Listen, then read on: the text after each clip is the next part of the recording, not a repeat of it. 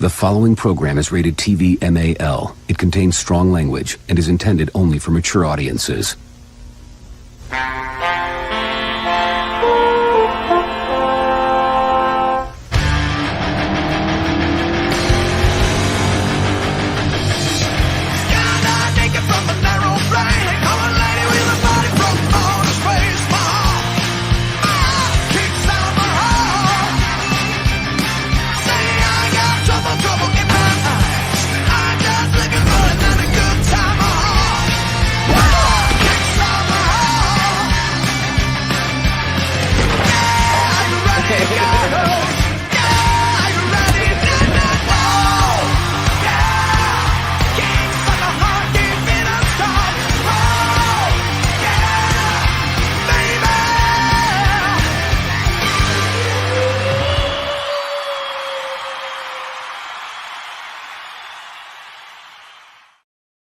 And it all becomes clear why we're late.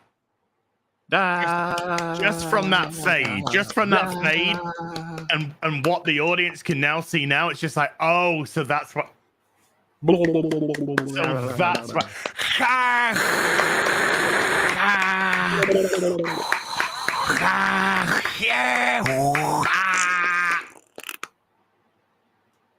Welcome. Hi, Molly. Hello.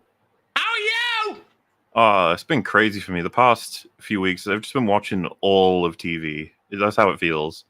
I'm up to episode 10 of season 2 of the original series now. Look at me go. I think I'm about halfway, actually. Exactly.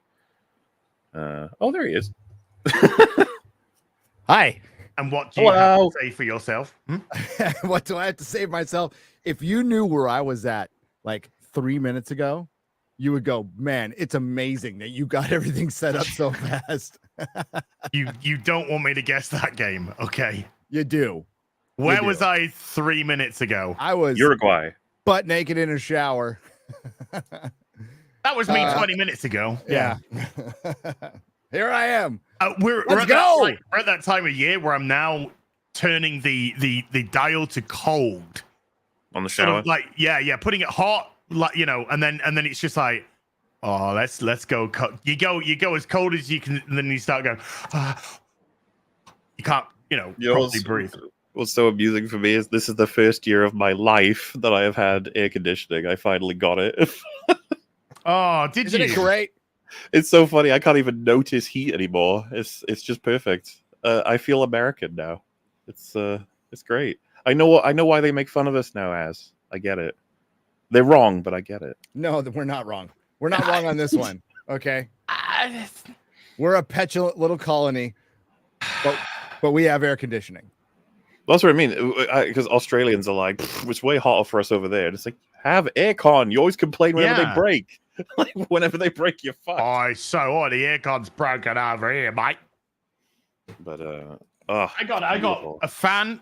I have literally a fan there blaring at me, and then I've got a fan behind, which is also an air purifier, so it's pumping out cold air.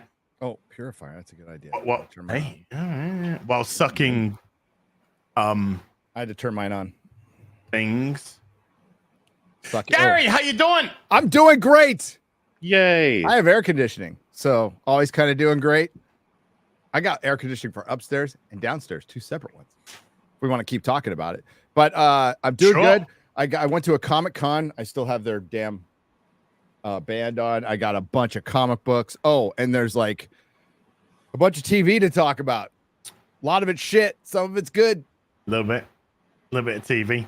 Mm-hmm. You can't talk about House of the Dragon. I can say it's good. There, we're talking about it. You can't. There you Yeah, go. we don't really. We have a show about it. It's fine. Yeah. 3 hours.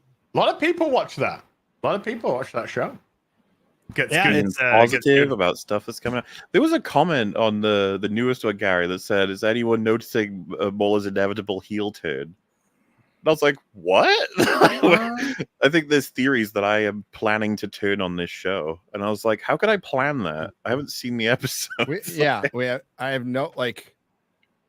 I mean, it's not saying it couldn't happen if it could totally shit the bed, but it's been good so far. I quite like both the first episodes overall. I just have criticisms. Yeah, there was there's some criticisms. They literally could have just left some scenes out of the last one, and it would have made it an 8 or 9 out of 10. But they needed to introduce characters. So, if Leslie Headland wrote the show, would it be called Gay of Thrones? It would be called Gay of Thrones. Nice. Throne of Gay. No, I'm literally relaying an insult somebody texts me. Oh, it'll be They of Thrones.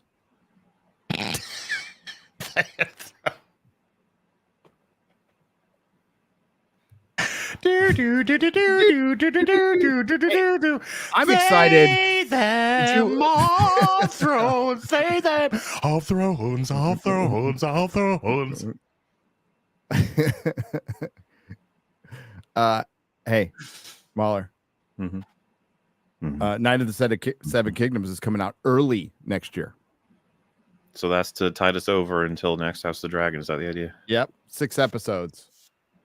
So they'll be done by early next year. That's going to be groovy. Is this another completed story? No, this is actually based on an incomplete set of novellas by George R. Martin.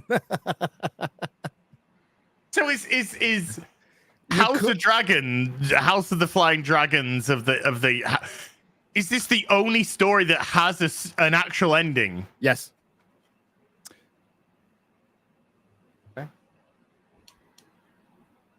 Okay. All right. Gary, we did something real fun last night, huh? How about that? Oh, we did. Can we talk about it, or we just say we had fun? Well, you got a couple more days of Pride.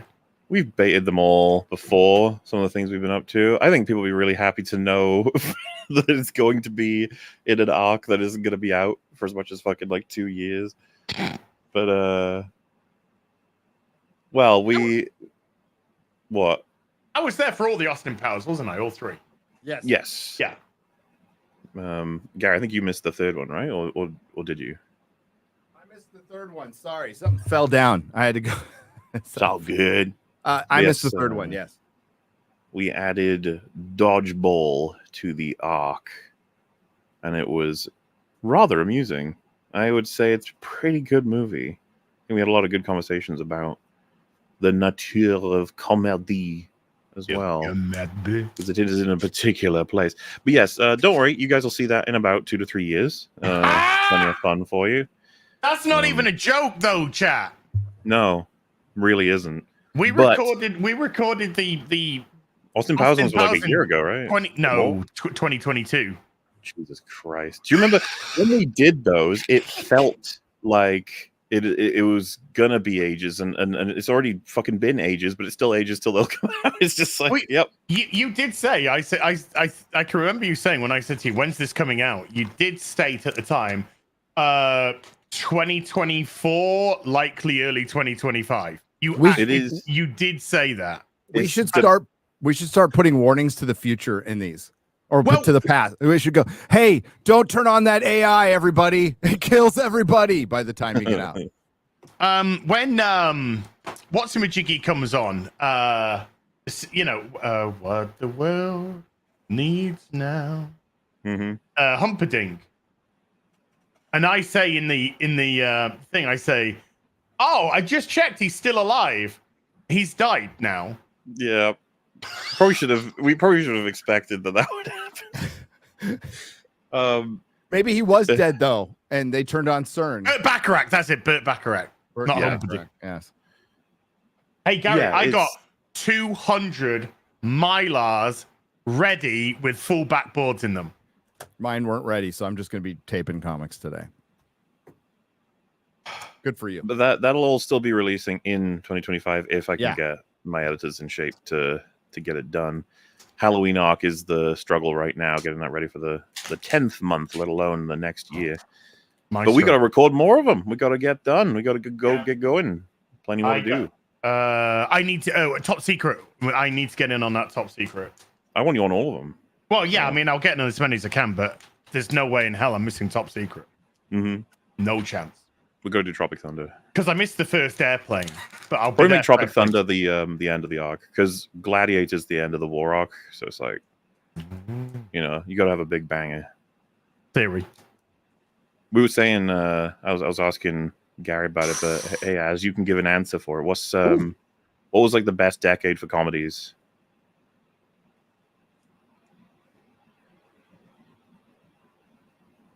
I mean, I in the 80s, I was 80s. watching a lot of 80s and 70s comedies, 80s. which were just ridiculous. 80s, 90s were okay, and then I followed up by early 2000s. Is very close second, because there was a run there of movies that were just fucking. Most of them were bangers. There was a lot of good shit. There's a lot of good shit in early 2000s. So like that's pretty close, you know. I would say. Ooh, I love this cover, by the way. I love this artist. Late set, like Blues Brothers, you know, one of the greatest comedies from God ever made. One of the best directed comedies ever made. Like, fucking great.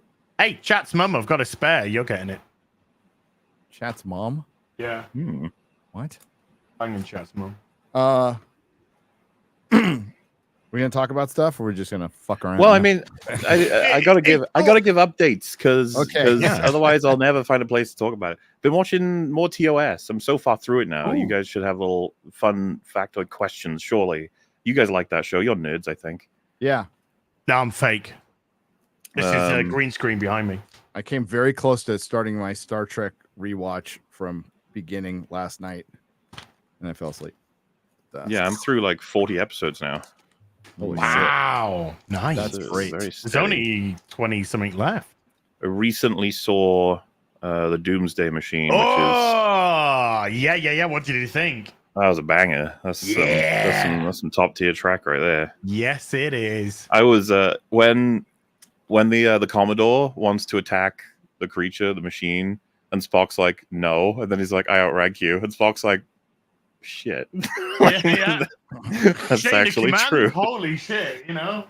Yeah, then Kirk can't communicate, but he can see what the ship's doing. So when he finally gets through, he's like, Spock, what are you doing? And then he's like, no, the Commodore's in command. He's like, that's the lunatic that's been destroying my ship. Yeah. I love the Doomsday Machine. It might be my favorite episode. It's certainly right up there with in my top 3 favorite Star Trek episodes. It's Moby Dick, isn't it? It's Moby Dick in space. Oh yeah, man! Like they do a really good job of giving off that real, like the emotional state of the Commodore. He just wants to take that thing down. It's destroyed all of his men. It will continue to destroy everything.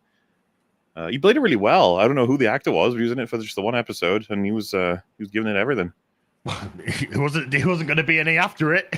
I fucking loved as well he's taking control, and Spock just says, according to article blah blah blah blah. Dr. Bones, if you can assert that he is mentally unfit, I can take control. Then he's like, I'll do that right now. Then he's like, you have to do an assessment first. He's like, well, I can't. He's like, well, then you can. It's just like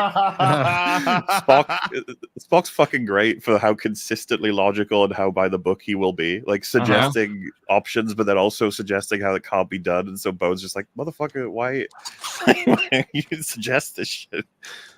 Well, once upon a time, I mean, you'll see it when you get on to the Next Generation as well. The Next Generation is excellent for chain of command stuff, but there used to actually be a chain of command.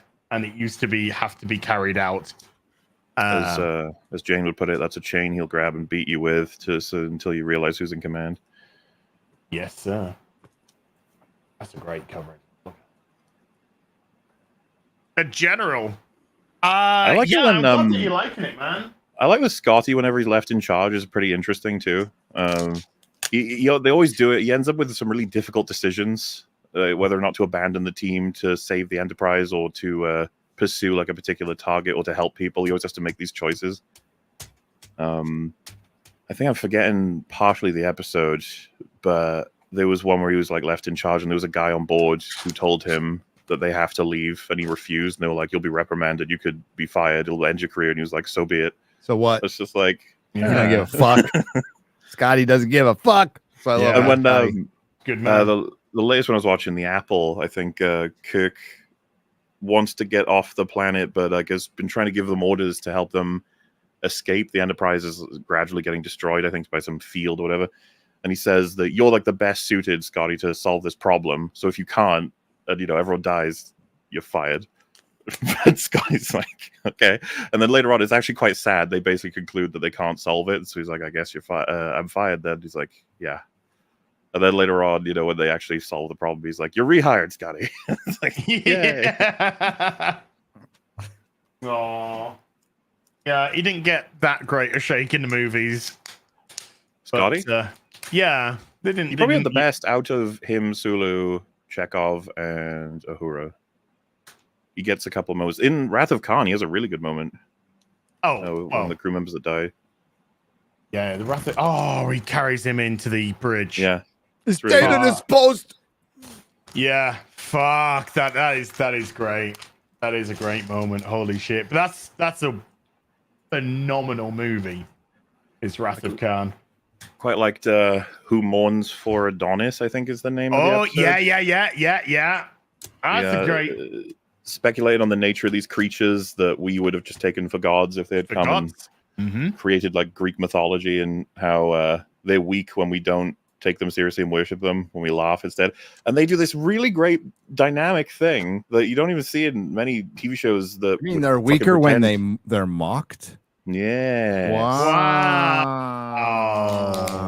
And they figure that out while the girl who's with them is gone.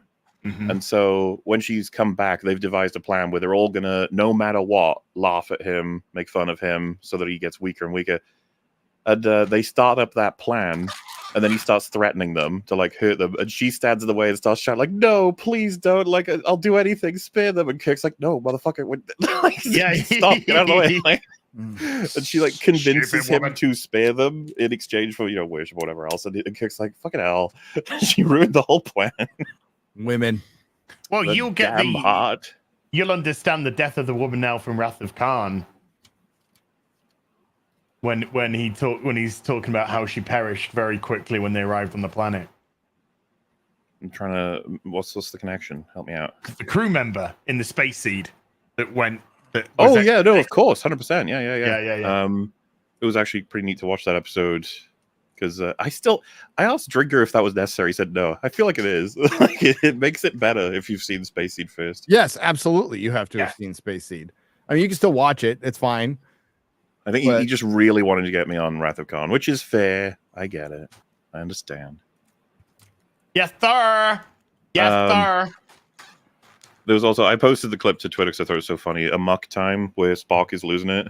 And he's playing his little thing, and Uhura's like, "Mr. Spock, if you could just," he goes, "Shut up!" Starts like destroying the little communication thing.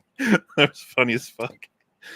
Yeah, and then the Changeling. That's another season 2 that I kind of enjoyed. The probe, the Nomad. It's a combination of a probe that wants to sterilize soil and a probe that wants to find life, and its new prerogative because of those combinations is sterilize all life. Yes. And Kirk's trying to fuck with it the whole episode with this and then they do the thing of killing it at the end by confusing the hell out of it with its own logic, right? Yes. It's good shit. I was enjoying that too. It's keeping me going, this show. You guys reckon season 3 is a bit of a downturn, huh? Yep. Oh yes, there's some good episodes in it, but far and few between. Yeah, but then you get next TNG. Well, no, then you should probably watch the animated series because the animated series is actually pretty good. And then you should watch TNG. And then be prepared to not like a lot of those episodes. Although Encounter at Farpoint, I fucking love. I love Encounter at Farpoint. Season 1 has got. It's an up and down series because they were trying to copy TOS and not getting its own identity. So there's a bit of an identity crisis in series 1. Series 2 starts to have some decent episodes in the second half. You're gonna fucking love Q, Mahler. Oh, I'm not surprised without a doubt. And then season 3, 4, 5, and 6 are fucking bangers. Just like bangers, dude. Yeah. And then season 7's a bit. Yeah. It's a bit off with arguably top 3 best season finale of any fucking TV show. Season 3. No. Season 7. What TNG? You're talking series Season finale. Series finale. Yeah, all good things, right? Yeah, all good things is exceptional. It's exceptional. It's up there with like the MASH season finale. You know, it's like it's one of the greatest. Yeah, that's why you'll never. That's why to me, that's where TNG ends. There's part that I forgot to mention that I thought was really fucking funny. There's loads of interactions between Bones, Kirk, and Spock that are great, but the Nomad machine, it's analyzing. Everyone is saying they're imperfect drones that, blah, blah, about the humans and how Kirk controls them and they need repairing or destruction because they're inefficient. And then it analyzes Spock and says he's different from the rest of them. He's actually very efficient. And he looks at the robot and then looks at Kirk and kind of smiles. Just appreciate that about me, Captain. I am pretty awesome. I'm awesome. Thank you, Jim. Dude, you're a Trekkie. You're gonna by the time you're done with this, you're gonna go, Star Trek is better than Star Wars. That's what you're gonna say. Well, I mean, Star Wars doesn't have a lot of good stuff in it. No, it doesn't. That's why Star Trek is better. In fact, I would have never said that. I was a Star Wars was better than Star Trek guy for a long time, but like I flipped. Well, I mean, my favorite payoff across all of the franchise, it's probably gonna have trouble beating out Star Wars' like best moment for me, especially because I've seen it a million times. But I had a friend when I was younger who gets so pissed off when I'm like, "What's better, Star Trek or Star Wars?" He's like, "Don't make me pick, dude," and he'd like legit get mad. And I'm like, "You gotta pick, dude." Well, we did your best bit, of course, being when Rey grabs the lightsaber in the Force Awakens. So good. I can't remember if you guys were on the episode, but I did ask the panel on Open Bar, Empire versus Wrath of Khan, which wins, and I think we had like an even split of answers. Ooh, that's tough, man. I mean, I would personally have to go with Empire because Empire is, I think, one of the greatest films ever fucking made. Full stop. I adore Empire. It's really hard for me not to choose it. Yeah, it's unfair for Wrath of Khan somewhat. Yeah, because Wrath of Khan is absolutely exceptional. Yeah, Empire's like an exceptional film that should have won all the fucking awards. Like, A New Hope got all the accolades, but Empire should have gotten them. Like, like Star Wars should have gotten them too. But like, yeah, that's tough. It's 1A, 1B for me because Wrath of Khan is such a great wrap up to something that happened in the season that you can still watch by itself while they, in my opinion, didn't need to fix the franchise, but they feel like they did. And it ramped up Star Trek to become this. I mean, it was a staple in the 80s. You got a Star Trek movie every couple of years. You could just count on it. And I remember we were at the time, they're like, they're getting so old and all these sequels. And man, look at today. But but they were clowning it back then. Like, look at how old they're getting. And like, Kirk's like 50, right? In Wrath of Khan. And I'm older than Kirk was in Wrath of Khan right now. Shit. I think he actually is like 48 or something in Wrath of Khan. Yeah. He's like, I'm old. Well, it is fun because I've seen now a shit ton more of Kirk as young Kirk than I have older Kirk, Yep. Yes. He's an exceptional captain, isn't he? I really, really, really, really like him, but I wouldn't be surprised if Picard ends up winning me over out of the two of them eventually. Oh, that's your fucking British bias. Shut up. He's a tea drinking, poetry reciting ponce compared to fucking Kirk. Why? I'm just kidding. Hey, did you know XO6 have just put Picard up for pre-order, by the way, Gary? Cisco is better. You're right. XO6 have just put Picard up. Picard in his red and season 3 onwards outfit, and also his Darmok outfit as well. No. Yes. I can't. Yeah, you can. No, I can't. Yeah, you can. I can't. I just bought Baron Dur. I just bought the Baron Dur Lego. Baron Dune. Baron Dune Lego. And I got a One Piece Lego. It's like a whole ship and yeah. Well, it's the Japanese version. Okay, I'll show it to you in a little bit. I had another Nippon. The episode Amok Time where Spock and Kirk have that like showdown on Vulcan, and they've got the weapons. Yeah. For the his the woman who's going to. It was so fucking weird because the soundtrack kicks in. It's the da da da da da da da. That's so good. Yeah, I was like, is this where this song comes from? Because I feel like I've heard this song a million times. Yes. In like everything. Well, the thing is, I can't. Yes, it is. It's the meme. Yes, it's the meme, but I can't honestly say that all the Star Trek music is unique to Star Trek back then because they repurposed shit all the time. So you'd have to ask Robert. I'd have to defer to RMB on that one. Hey, look who's that written by, and look who drew it. Chuck Dixon, Graham Nolan. Yes, Dixon Nolan. But the main thing was funny for me is I watched Futurama like crazy when I was younger, like super younger, and there's an episode that parodies that scene almost like not one to one, but you know, all of it is parodied in such a way that I was almost experiencing nostalgia for something I'd never seen because I know all of the references that came as a result of it existing. Such a weird experience watching a show so influential that I've never seen before. Like my favorite media has clearly been inspired by. So I'd love it if you watched the first season of Space 1999 after you're done with Star Trek. Finish Star Trek first. I was going to say, it's funny. It's this intro. I hadn't gotten through any. Like Smiling Friends is just finished, so I've watched all of that now as it's been coming out. Obviously, House of the Dragon is still weekly. Acolyte is still fucking weekly. There are other shows I'm trying to catch up on, but this is a 50 minutes per episode show. It's it's hard to fit in a lot of other stuff. For example, playing video games. I haven't done much of that lately, which I'd like to do more. I know. People have been asking me, when is Morley playing Shadow of the Earth Tree? I don't know. I don't know if it's going to happen. Are you going through it? I've only been able to do one stream at the minute. I'm so busy right now. But how are you finding it? Look at this cover. It's tough, but but I'm enjoying it a lot. I saw Asmund go quit. He said it was too difficult. No, he said he's gonna wait or something. He's there's a bit of a controversy going around on the discussion, and there's some I feel like going around right now. There's so many, so many. But this one bugs me a little bit because I feel like anybody who says it's too hard or get good I feel like neither of them are adding to that. Fucking no games are too hard for me. Let's fucking go, you pussies. Okay. You couldn't beat Gollum. Let's be honest. Tutorial. Hey, it ain't over yet. It ain't. Was it over when the Germans bombed Pearl Harbor, Mahler? No. Okay. When the Who bombed Pearl Harbor, Gary? The Germans. It's a fucking quote from Blues Brothers, dude. Jesus Christ.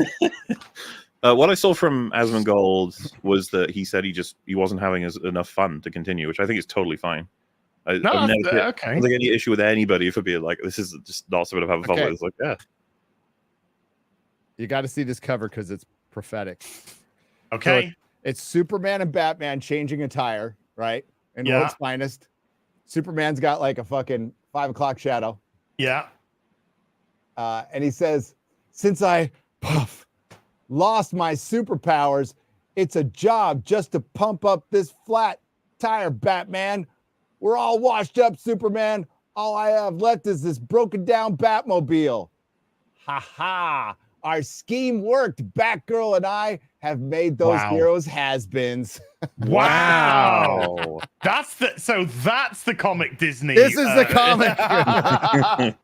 That's the one that went, yeah, we're following the source material. How's about that for an iconic cover? The Supergirl Batgirl plot. That's what it's called. Also, everyone's calling you out for getting the quote wrong, Gary, because it's from Animal House. Animal House, sorry. Yeah, sorry. Why did I say Blues Brothers? It's John Belushi. Dude, I've done as many drugs as John Belushi. I just survived. Okay. I know somebody who didn't.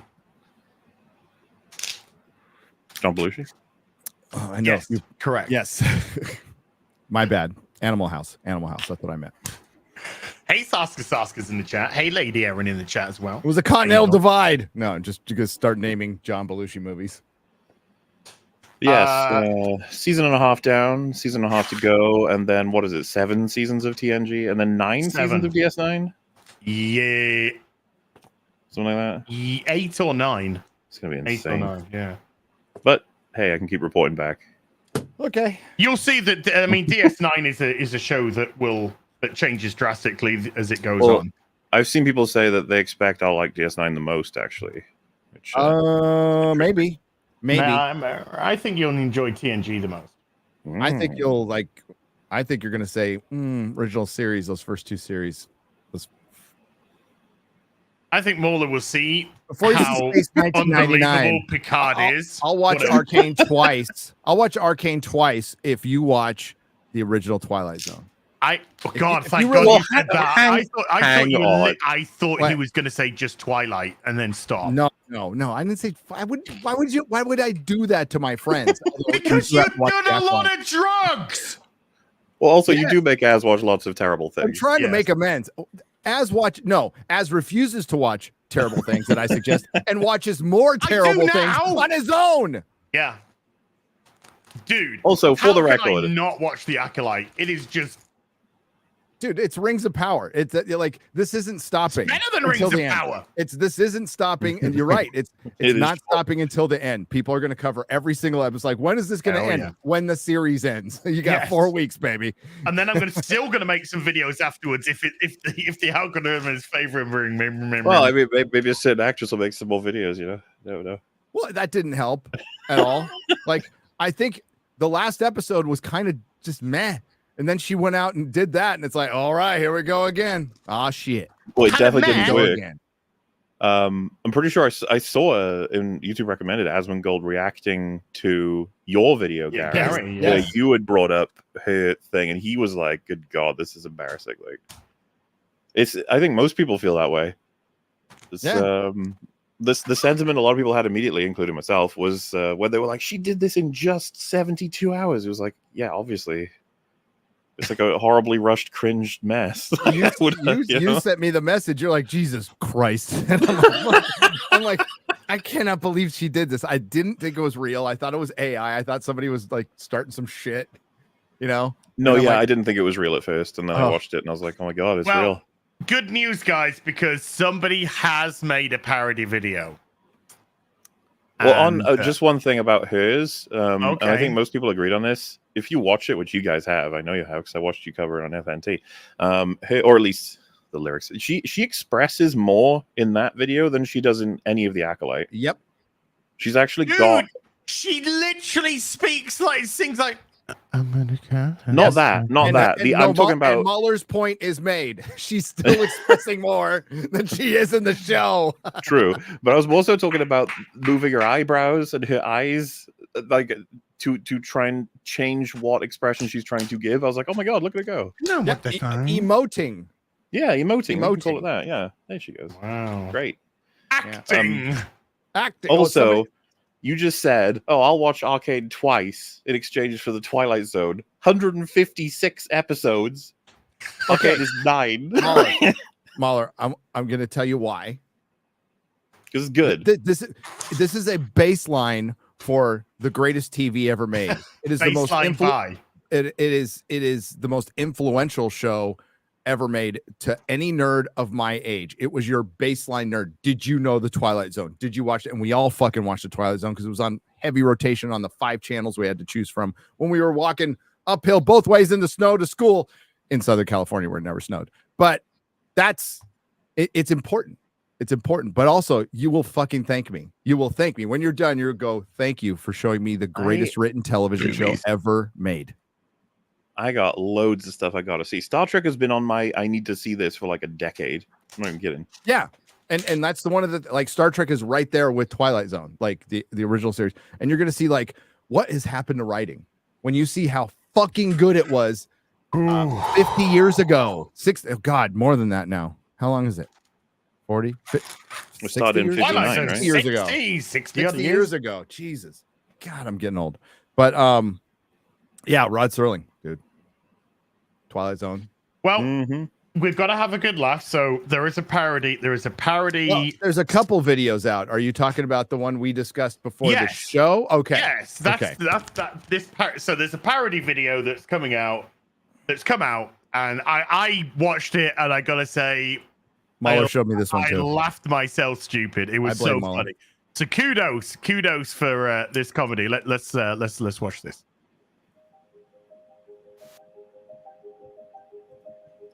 As you sure you want to introduce it that way? People in chat are so confused. Wait, this is a parody video, yeah? No. This is No, it has to be a parody video because of what they say in it. Okay, it could be. But they say Star Wars is for everyone in it. And then everyone except for the Nazis, obviously. Well, everyone except for Gina Carano. Everyone apart from white guys. It's everyone with Star Wars theory is not allowed. Temperature, IQ, but if it's above that, it's not for you. So this is not parody. You notice? Okay, wait. They did leave one thing out. Remember, they say despite this and that and this and that. Did you notice they left one major thing out? Their sense of self-awareness? No, despite your politics. Oh yeah. They left that one out. As I said, Gina Carano got fired, but Pedro Pascal didn't. Not that either should have. No, they both should have stayed. That is always been our stance. Let them both say stuff. That's fine. Should we read this? Wait. Well, is this nobody? The point of this quote is be nice, right? In the context they're using it for. Okay. So the people telling Star Wars theory to die say exactly. Be nice. This is what I mean. Oh, some of these people bring me up in their videos, and until this moment, Mahler, I have not brought up any of these people. Something I think you guys may have seen my tweet about it. That I will reference to the end of time now. It wasn't the first example, but it'll be a useful one. House of the Dragon doing really well. People liking it. And the actor for Kristen Cole is getting quite significant amounts of hatred to the point where he's had to privatize, I think, his Instagram, or at least make it so you can't comment. Because people are so stupid that they see him posting on his account and they're like, fuck you, character. I don't like you for what you did in show. Yeah. So there's a difference between character as a actor goes out and says something stupid like fuck the fans. But this guy just acted in a show, did what he was told, followed the direction, read the lines he was written, he does a very good job. He's really good at being a bad guy. Acted. And they're like throwing crazy fucking threats at him. Well, so in point being, of course, we like this show. So who's doing this? It must be the other side, because that's how it works, right? There are only two sides. So I guess this one's you guys. You know, the next time they're like, "Oh, you caused Kelly Marie Tran," I was like, "Yeah, well, you went after him." Or something. You know what I mean? Like, just whataboutism is great. This is what I mean. It's just like, I guess we could just have a nonsense conversation. My tweet was basically, no matter what amount of love or hatred for any given show, there are insane people who, for some reason, shit on actors directly when all they've done is act. They're not even shitting on them for the quality of acting, just the character they play, which never happened for Rose Tico, because, like, who cares? Rose Tico was a nonsense, nothing character in a side plot. She just took up a lot of time, and then she prevented Finn from, blowing up all of the forces that were trying to break into and kill. You guys know that fucking event. She stopped Finn from saving the people by sexually assaulting him. Yes. But whatever, right? It's like as if anything would be achieved by telling Kelly Marie Tran the film is bad anyway. Not even that, It's just like whatever. But and besides, looking into it, there didn't seem to be any actual. But he's directly, like, everyone can see, he's had to hold his comment sections because he's getting too many comments from people. Imagine, like, trying to be celebratory with your friends in the industry or family, and your comment section is filled up with people who hate you for the character you play. Apparently, this happened to Joffrey as well. Doesn't that mean you're doing an exceedingly good job? He actually quit acting for a while. He's back, but he quit acting. Yeah, which I think the stated reason was just that he wanted to go back to schooling and he wasn't as interested, right? But working with Dan and Dave will do that. Let's listen to this. Apparently not parody then. Star Wars is forever. Isn't this the fucking last that tried to have your video pulled down for stealing her clips? I like how every frame has lore. It's like so. This when Ahsoka happened, when it was inflicted on the people, I made the video, and a part of the inspiration was, of course, how I felt about the show, how I felt about other shows compared to it, and then seeing the reaction to the fucking Schizo Vader shots that everyone was like, "This is the greatest shot in the history of cinema." Shit, remember that? Yes. Oh, look, it's Anakin, and now it's Vader, and now it's Anakin, and now it's Vader. Which to this day, have you guys ever seen the viral tweets that get like 50K likes that says, "How the fuck did you guys think this was good?" It always happens like months after. They always go like, "Actually, this is bad." And it's like, why can't you just do that day one? Why'd you have to take so long? Like, what?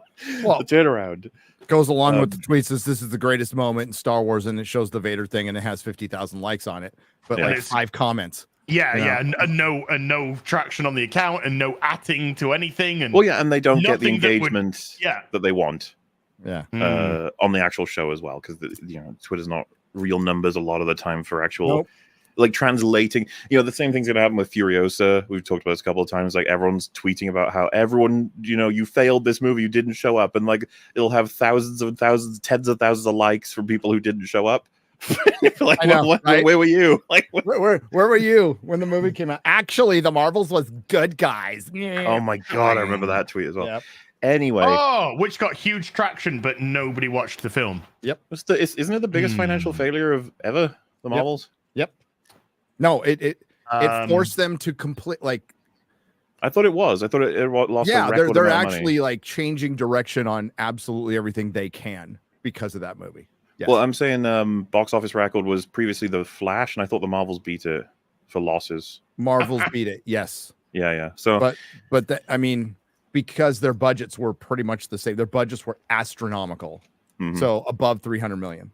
Anyway, upon the episode releasing, I saw countless just clips and celebration that was so superfluous, surface level, and uninteresting that I had the general thought, which is the point of the title of the video.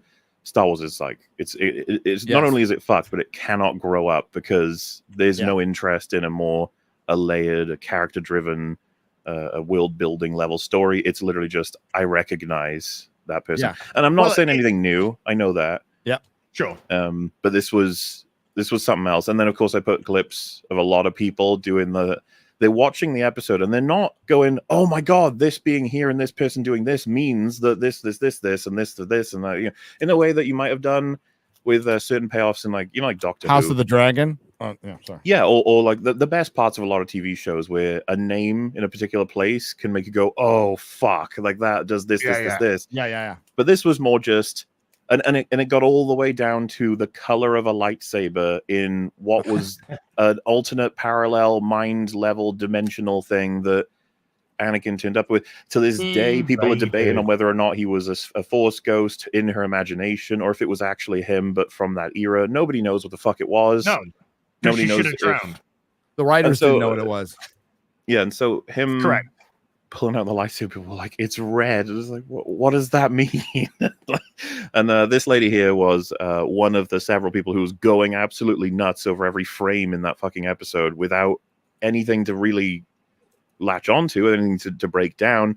And what I was trying to say was that when Disney Star Wars have this as the audience that will clap for anything that involves iconography, it'll never have to write anything. There's no point even. That's what happened to Game of Thrones. We talked about this on House of the Dragon. And it's like, it's okay to have this fan, by the way. It's fine. I have no problem with somebody seeing a flashing light or being entertained by a laser pointer. I don't care. Go ahead. But you have that fan anyway. That's not the one you need to direct it at. And that's to your point. Game of Thrones got all into the fucking spectacle and dragons and fucking White Walkers, and they just completely forgot about the politics and the character interaction, which made us love the show. That's what's missing from Star Wars is, writing, characters, character interaction, a plot, anything we can be invested in and all, because they are, dude, you saw the reaction to the first Acolyte trailer when all the lightsabers, or was that the second one? When they lit up all the lightsabers? Yeah. And clapping. Blah, blah, oh my god, look at all the colors. And like, again, cool, but that's not what you want. If you want to get the normies, they still want a story. Yeah. So and long term, it kills the audience and the content, and then it's just dead for the seventh time. It's becoming more and more rotted and decrepit over time. And yes, so that happened.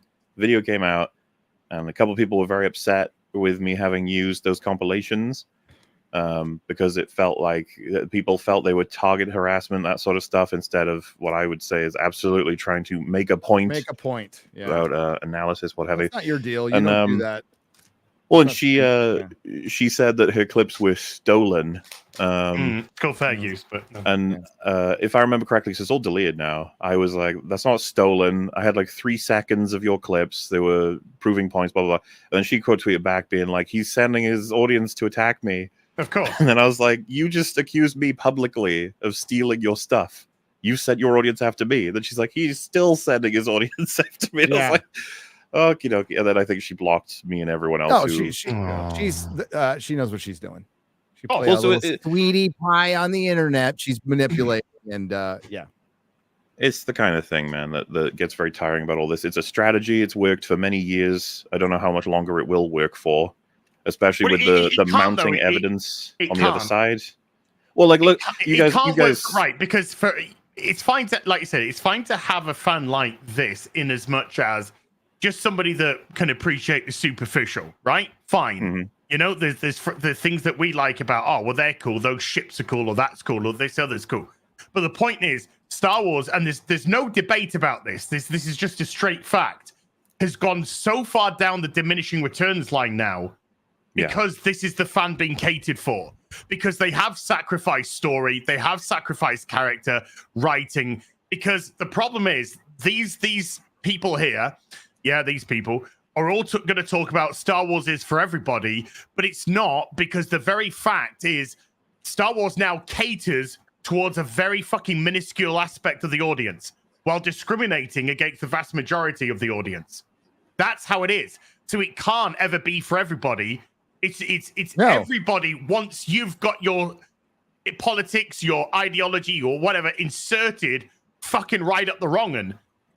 And it can never change now. It's like everything is for everybody once you've got your ideology stuck in it. No, everything is for everybody who agrees with us. That's all it is. And they are now trapped in a corner where they, even if they wanted to, I would argue that there's a sect at Marvel that wants to change, but they can't.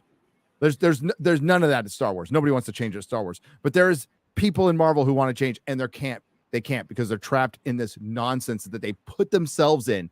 You could call it DEI. It's also ego. There's a lot of other reasons. And they can't get out of it. And the reason we continue to bring this up, right? We point and laugh at the Acolyte. It's like, well, Star Wars is dead for the 50th time. You're right.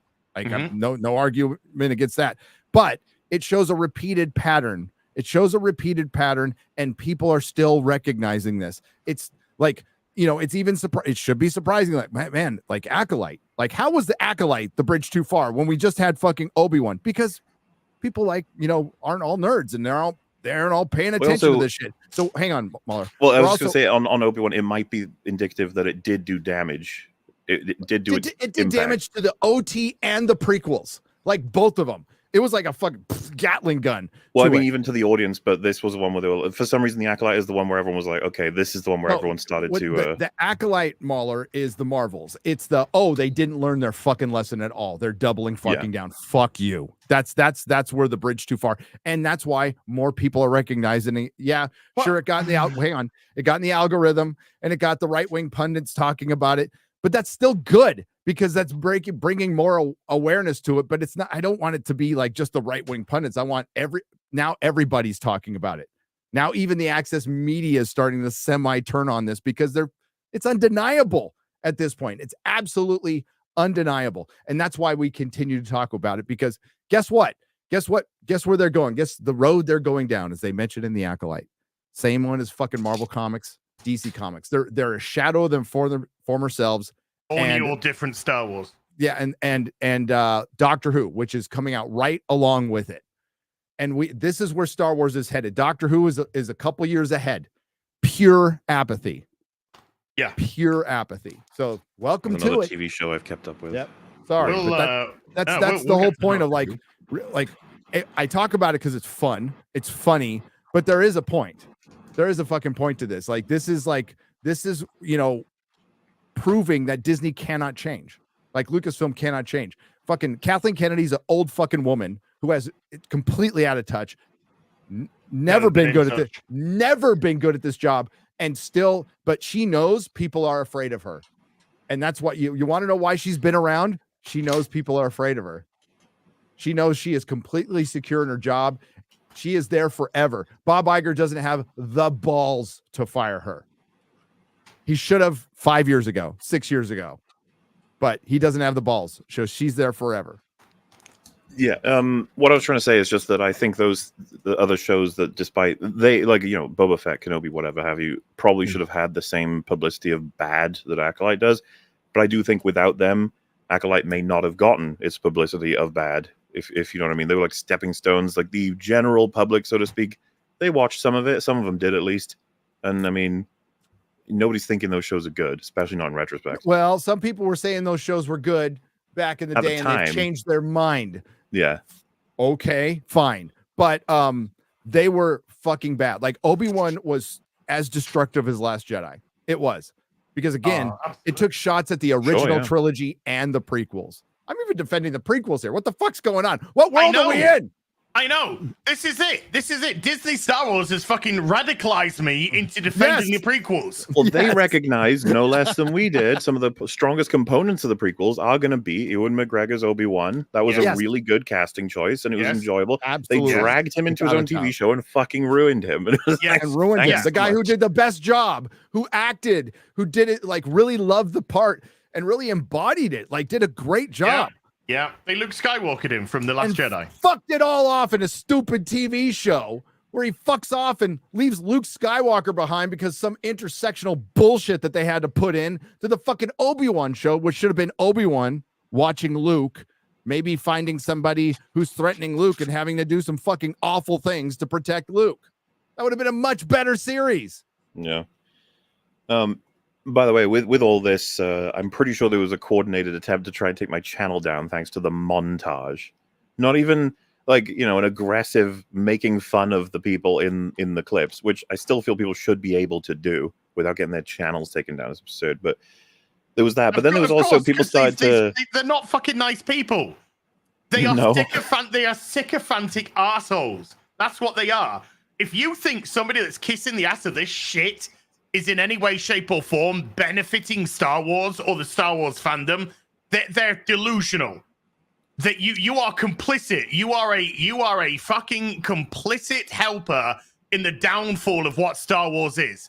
Star Wars has always been for everybody.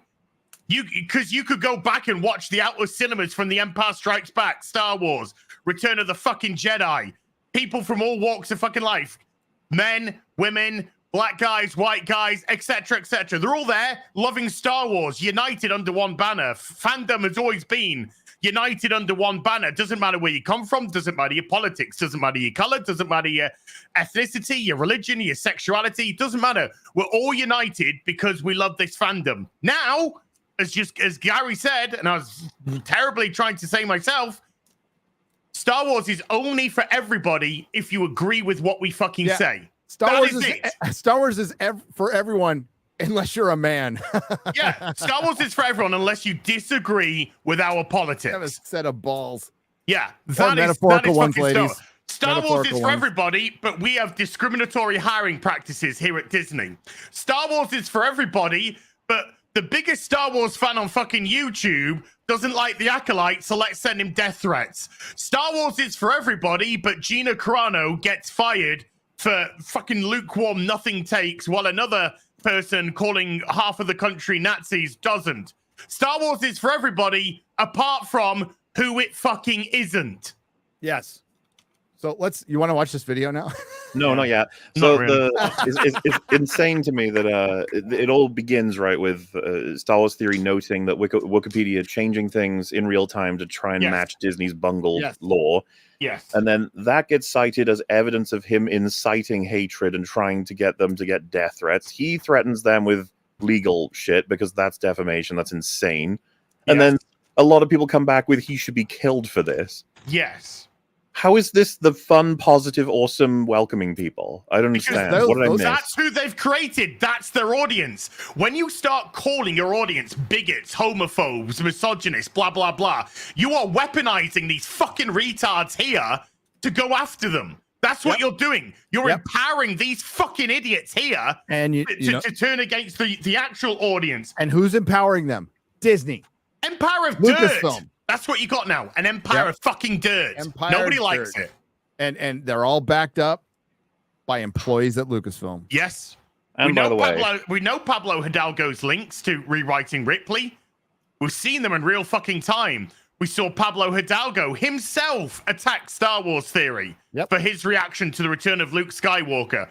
One of the most wholesome fucking reactions you could possibly get. Dude, Disney told on themselves when Moses Ingram said, "Well, they warned me about this, like before anybody was saying anything." Yeah. Disney warned me. Oh, they prepared her. They prepared her. That's what they did. They prepared her. And I don't mean as in, oh, this is good. As in, we're going to orchestrate this campaign because that's what we are. Anti-marketing, anti-entertainment, anti-fandom. This is corporation holding franchise in current day. They don't care about it. And we, for the most part, like, these people can have their opinions. They can go. But the minute, like, Mahler uses a little montage in his video, they try to take down his entire channel and don't think anything of it. Well, because my theory is they knew exactly what they were seeing when they saw the montage. They were like, oh, fuck, yeah, this looks pretty silly. Like, we're all going nuts over the color of a lightsaber. We're all going nuts over smoke screens of characters just being baited. There's nothing. This is something that annoys me about the difference. You can call us fucking bigoted as much as you want. We'll have hour-long videos and streams breaking down in detail how everything works and why it's dysfunctional, and then references to interviews and comments about the nature of the production and how they have it, what they have as a work ethic and what it used to be. Those we played them on EFAP. There was some comparison videos of how interviews were conducted and the answers that were given 20 years ago compared to today, or even the people participating in Andor versus the people from Acolyte, the kind of things they talk about. One of the first things said about the actress who plays Mon Mothma was mentioning Tony Gilroy's writing. That's one of the first things she wanted to talk about, right? Versus, I play a powerful woman, and then like one person in the audience goes, yes, and then she goes, yes, yes. It's just like, that's the absolute difference. I was going to say this applies further because a lot of people are pointing out these kinds of YouTubers don't do much analysis. They mostly watch. Something happens, and then they go, ooh, and clap. Yeah, watch and clap, clapping scenes. And I know that they're gonna be like, leave us alone. It's like, fucking leave us alone. Like, what's wrong with us doing the extensive breakdowns? And as far as I'm concerned, be pretty hard to argue that we're doing the less substantive thing. But a lot of the reasons why they do this, of course, is, and we all know the answer, it's access. That's what they want. They want the approval so they can gain their access. They want the approval so they can get the retweets from the Star Wars Twitter, so they can get the potential invites, blah, blah, blah. This is all self-serving. Don't think it's anything different. The irony is not lost on me, by the way. Using a 3-second clip from her is stealing, but for her to basically play the whole episode while going, ooh, it's totally not stealing. That's totally fine. No, that's a really good reaction there, dude. That's a really good reaction. It's funny because if anything, I would wish the copyright issues to be, less harsh, more smooth. But when we've talked before, when fellow YouTubers use it against each other, it starts to get like, ooh, because Amanda's been using it on people as well, right? Not that she's a YouTuber, but you know what I mean. Yeah, she's been using it for the song, and it works because it's music. Mm-hmm. Yeah, it's much harder to fight than just a video. But yeah, she was using it. I got hit, dude. One of my strike videos, the actress who was just saying, I'm pure union. By the way, she wasn't a member of the union, and they just brought her on. She was an extra actress, and the unions were bringing on extras to pick it for them that would get no money or nothing. They were literally extra actors for the extra actors on the union. Well, I put a clip of her, one of her independent films, and she hit my thing. I got right after it had hit a million views, and I'm like, fuck this. And I fought it and I won. But this shit happens all the time. It happens all the time. It's fair use. You can do this stuff. And the point being what Mahler just said, you can have your opinion. I'm fine. Like Grizzy does it's entertaining to watch his videos and stuff, but like I want you to exist on this platform. Yeah, I want you to be here. No interest in banning you whatsoever. No interest in banning you or stopping you from doing or keeping you from enjoying your fucking show. I wouldn't even be aware of you, to be honest with you, if it wasn't for Grizzy. because that's not the kind of content I look for. But just let us do our thing. I would say, but they can't. They can't because they have no argument. Star Wars is for everyone. Star Wars is for everyone. Apart from who it isn't. Yeah.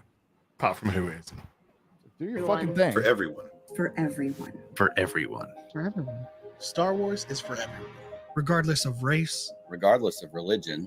Regardless of gender Or identity.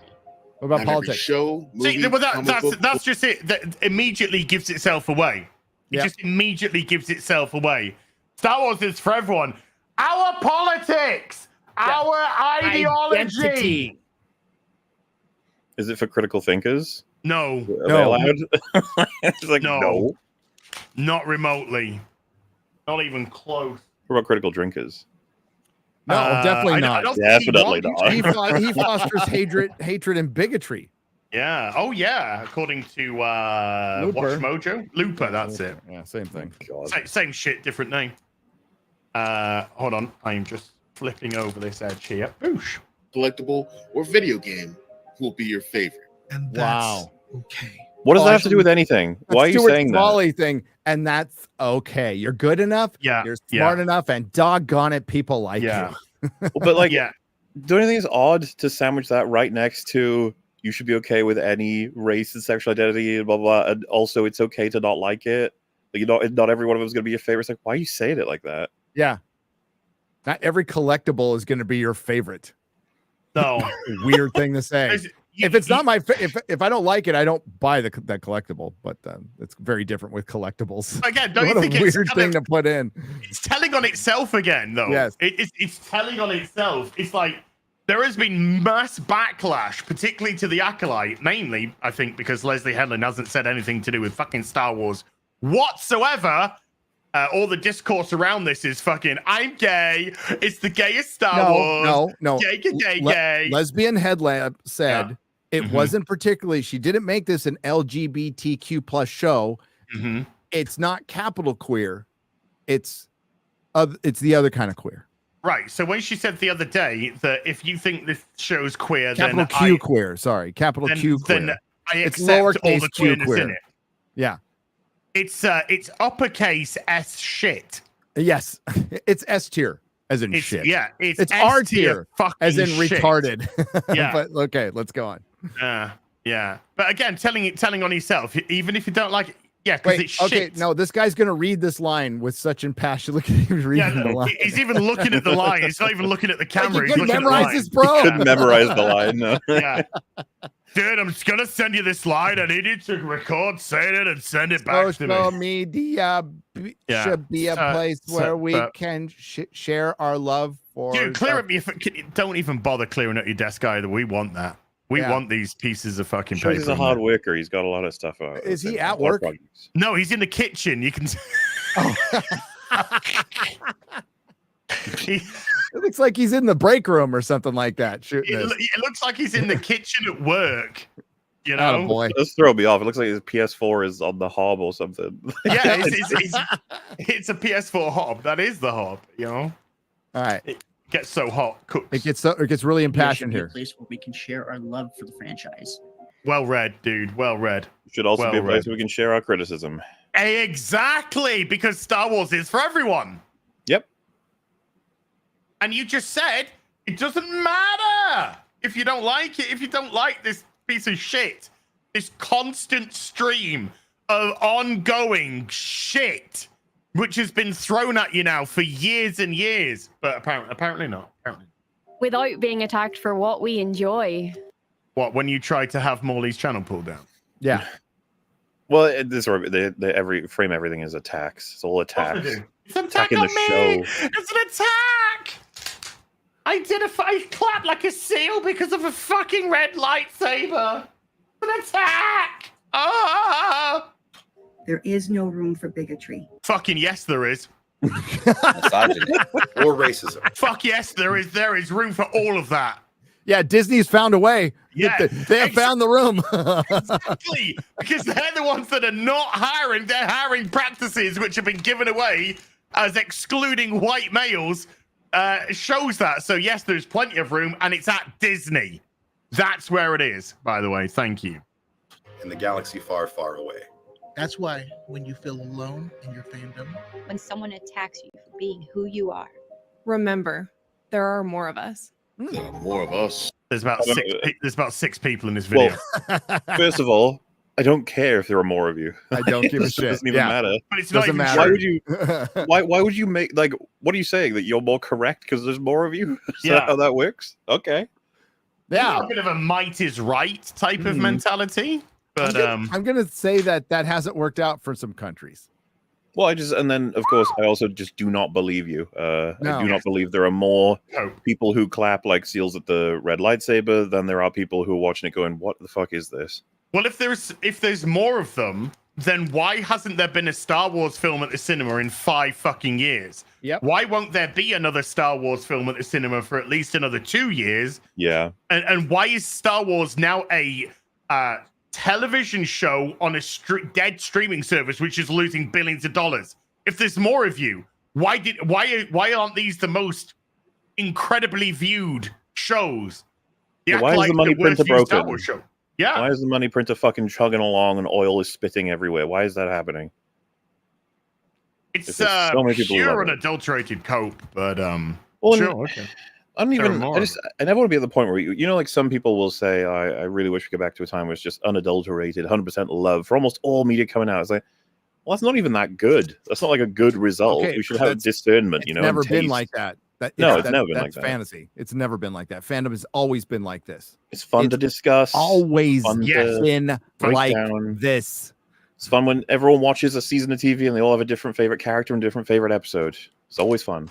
This isn't Star Wars is for everyone. This is comply. That's what this is. This is comply. Comply to what's been given to you. Comply. You could be critical, but you can't. Star Wars is for everyone, but it isn't. Where there are more of us, that is such a weird thing to say. Very, very weird thing to say. I mean, there's more of him, so. Heyo, can I? No, I'm not. There's less of you. As a person of fat, I can't join in.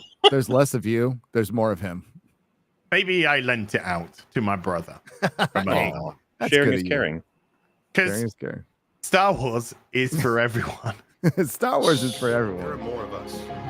There are more of us. There are more of us. He's even reading that! Okay, also, this could have been edited so much better. This is so. Can you feel the clunk? The sort of this is edited by a podcaster. Yeah, I can see the absolute incredible levels of bullshit cope. Yeah, I can see that for sure. Stars as for let's see how many all the 6 people saying it's for everyone. There are more of us. Yeah, there are more of us. Yes, there are more of us. Yes, there are more of us. Yes, well, there's more of you. There are more of us. By the way, you got 2 identities in your head, so I guess there's more of you. Is it not inherently divisive to end on "there are more of us"? Like, as in, we could just more of them. Us versus you. Them. Yes. Star Wars is for everybody. On our team, we're coming for you. Star Wars is for everyone over here. Over here. But that's just it, though. That is exactly it. Star Wars is for everyone over here.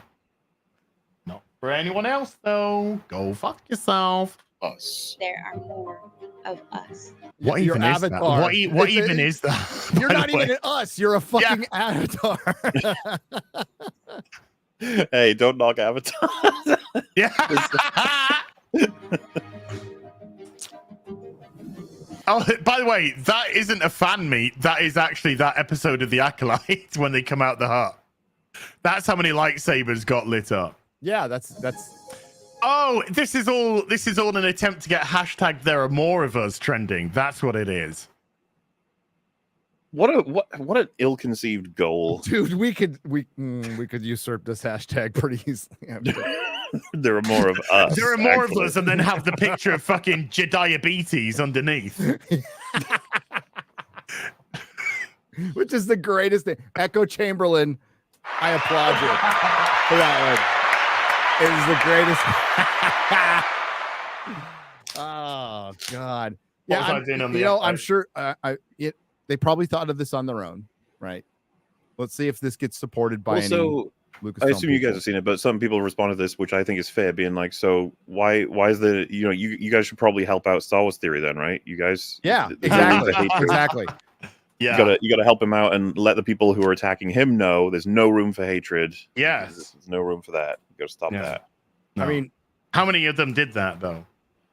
Well, he doesn't count, does he? He's a persona non grata. But I thought Star Wars was for everyone. Well, it has everyone and then a little asterisk. Except you. Except you. But I'd say it goes beyond men.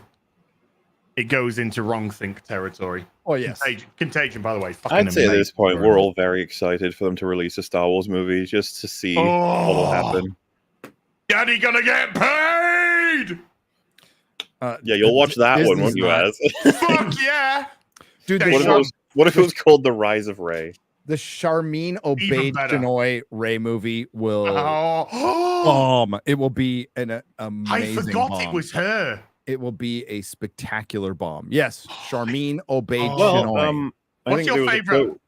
There was a quote recently where she said she'd spoken to Dave Filoni, and so I assume that if he's behind it, it's going to be even better.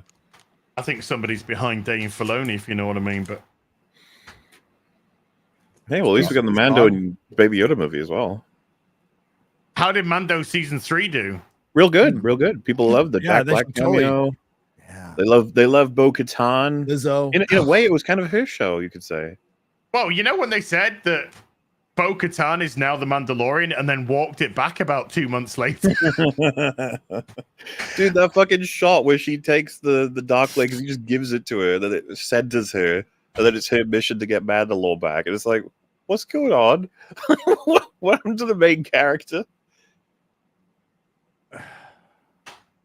Yeah, it was funny for me because I wasn't even fond of the main character, but I did recognize, like, wow, he's just gotten sidelined. Shit. Of course, because Pedro Pascal's a male, and he's quite happy to step aside for. Dude, he's quite happy to step aside from Star Wars. Why wouldn't you be? Because the males still get paid more than the women, and he's had to do less work. Yes. So he's not even on set. He's doing it all from the phone. I love that Forbes article, which was just so beautifully framed that they were eating themselves while not getting any actual context of what people's jobs were.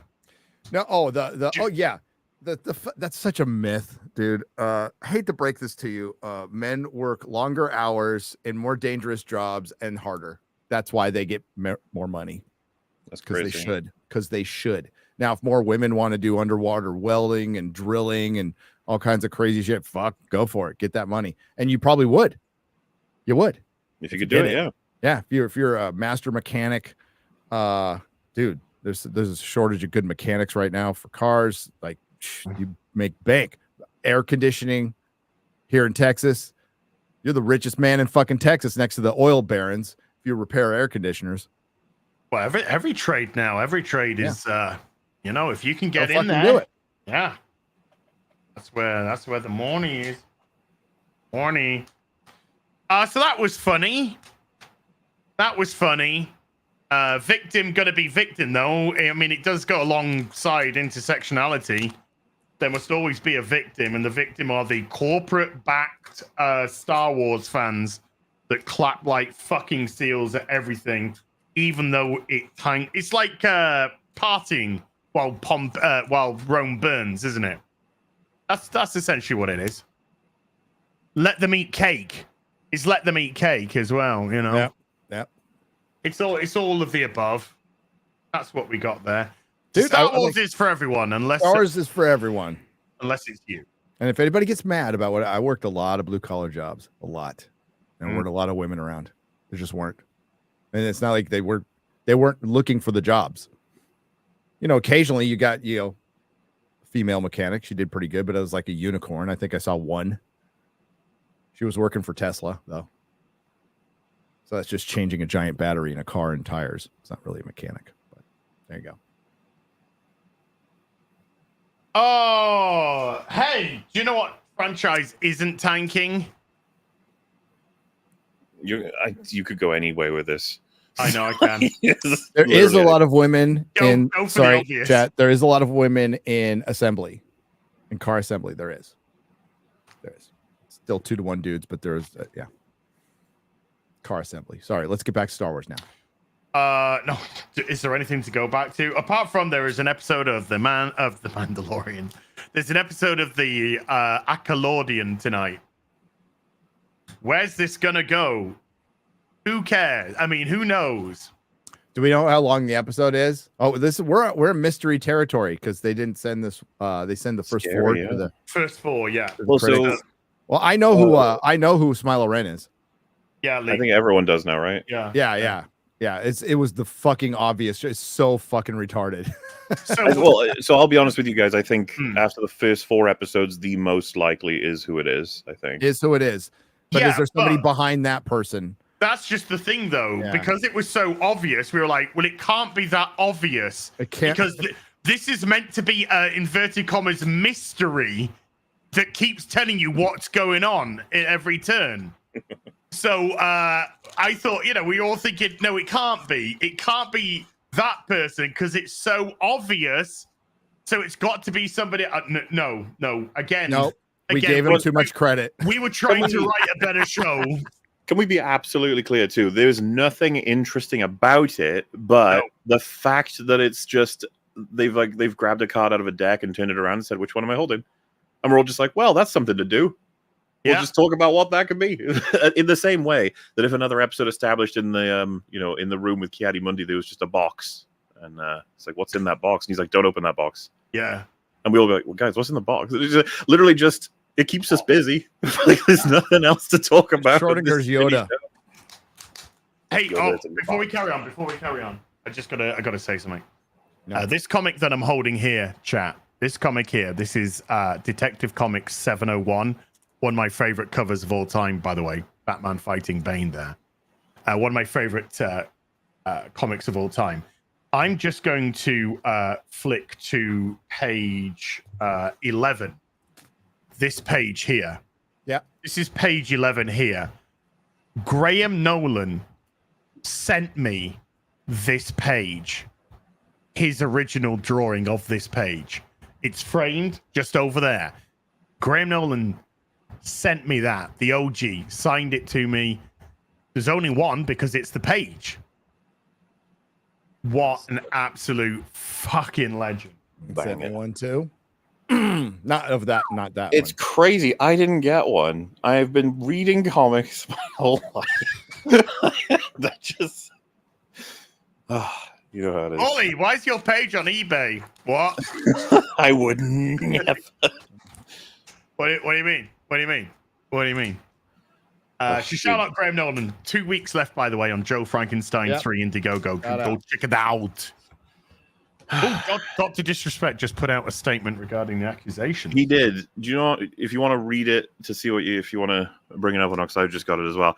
In the meantime, I can just describe a thing. I'm curious if anyone's ever had this happen. Do you guys know about the ancient myth of the demon that whenever you drop something just like 1 foot off anything, it grabs it and takes it away somewhere? Because no, my fucking phone, I just dropped it off the table I have. It fell what was about 1.5 feet, and I was like, I heard it go boom, boom. I was like, okay. I look down, completely gone. And then I look in all the reasonable areas it could possibly be. That I see it has traveled like fucking 3 meters into a different. And I was like, what did this? What fucking goblin grabbed that and took it all the fucking way away? Oh, it drives me nuts. It happens all the time. Yes, it might be my broken understanding of physics, but I can also just pretend there's a goblin that's trying to fuck with me. Also, before you get started, I want to talk about our bags and boards and why I choose standard size. Ooh. This is standard size with my lights. Okay. You also get an acid-free board. The reason you choose standard is it can hold bronze, modern, and silver. Most of silver. Not all, but most. Most of silver. And you want consistency with your bagging and boarding. You want your boxes to look nice and consistent and pretty. Yes. If you can. So I'm just trying to both sides this, right here. You want to tape both sides so they don't dog ear up in your box. Yeah. I use Scotch tape, not sellotape. You do Scotch tape, absolutely. Not sellotape, Scotch tape. Scotch tape will if you accidentally cock up and stick it on a comic, Scotch tape, if you're nice and slow and careful, it's fine. Will peel off, no problem. But sellotape, you're fine. No, sir. You are done. You are done. Did we want to talk at all about the Doctor Who finale?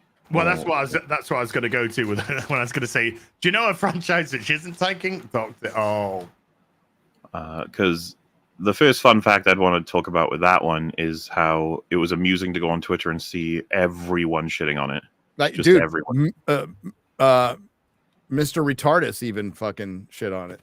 Everyone, every person I know, and every person I've seen who has any interest in this, even people I don't know, all over Twitter, just everyone. The memes make themselves. Sutek being on the TARDIS during all of the most famous interactions with the TARDIS is actually pretty fucking funny. Like, the meme value is through the roof. But don't be mistaken, right? It's not laughing with the show. It is laughing at how stupid that fucking choice was. That's what it is.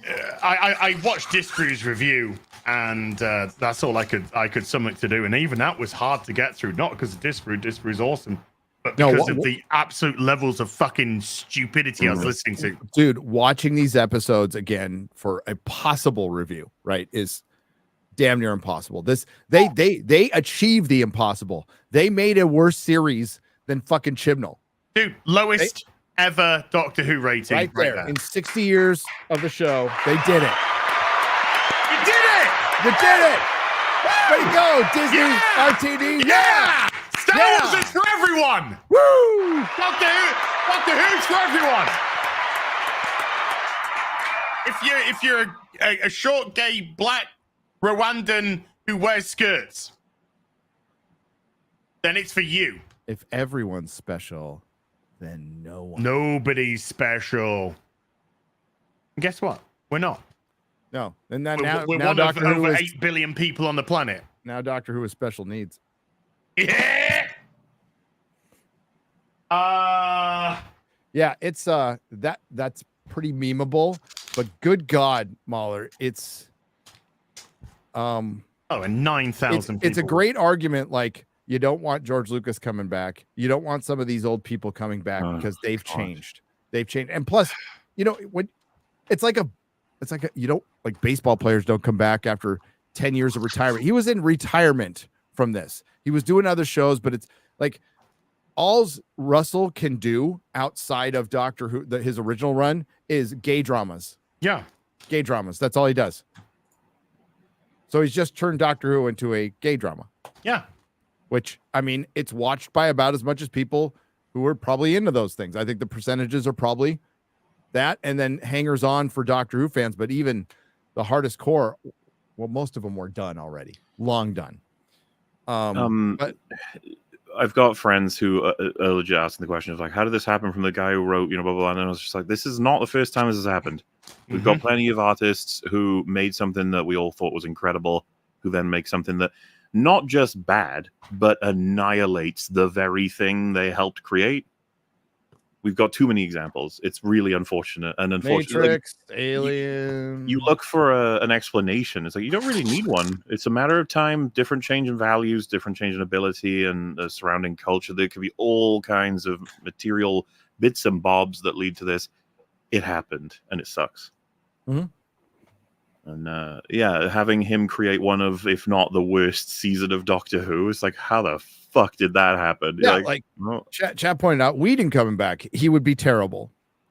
I've been asked about terrible. That as like, Whedon coming back to do like more Firefly, more Buffy, and I'm usually like, I don't really.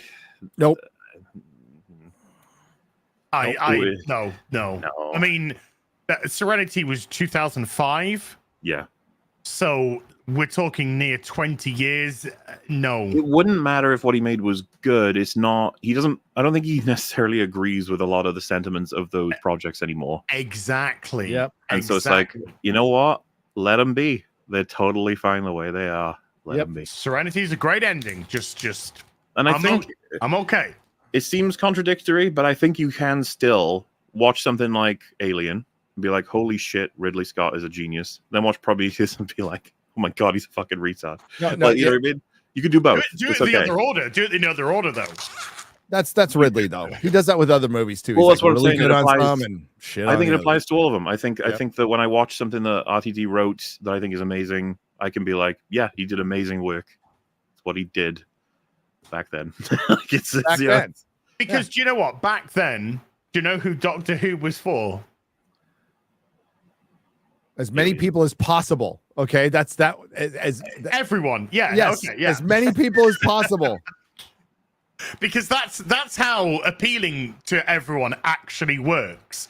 Appealing to everyone doesn't work by inserting your own ideology or politics into something and saying, because I've funneled it in, now it's for everybody because I've included this while quite purposely excluding others. That's actually not how including people works. It's fascinating that Doctor Who is doing this right along with the Acolyte, because you have a projection of one in the future and one and this happening now, and this is post-mortem, by the way. These are all post-mortem. And now I like, even with Disney season 2 even being fucking made has to be in question. There has to be some other revenue stream that's floating this up. It's being made. It's being made right now. So and it definitely will be the end. And it's probably why like Russell was clever. Like Russell duped fucking Disney. He absolutely, I'm not here to defend Disney, but he fucking duped him. A lot of people were saying, hey, RTD's the man. Let's bring him back. They don't know shit about Doctor Who. Sure, we'll help you. Yeah, I want 2 seasons. Okay. Probably didn't pay much attention to what was going on. Not that they would disagree with any of it, but they put in notes, but I doubt they didn't know anything about Doctor Who. So they're like, this must be great. People will love this. They said to RTD, what are your plans for Doctor Who? And RTD said, I'm going to do this, this, this, and this, which is exactly what he's done. And Disney went, great. Do it. Great. Okay. That is fantastic. But I'm looking on the Nielsen's chart. Talking about fingers in his ass. I'm looking on the Nielsen's chart. I don't see Disney charting anywhere here in America. Like anywhere. No. It's non-existent. Did the Acolyte get 8th or something? And they want to call that a win? 8th on new shows or something. I don't see the Acolyte up yet on Nielsen.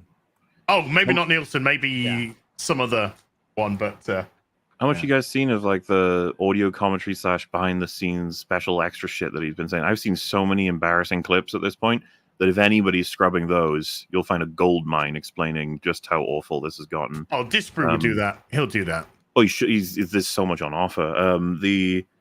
We talked a bit about it on some of the EFAB episodes. Because I couldn't fucking believe what I was listening to. You seen the whole season, Gary? Yes.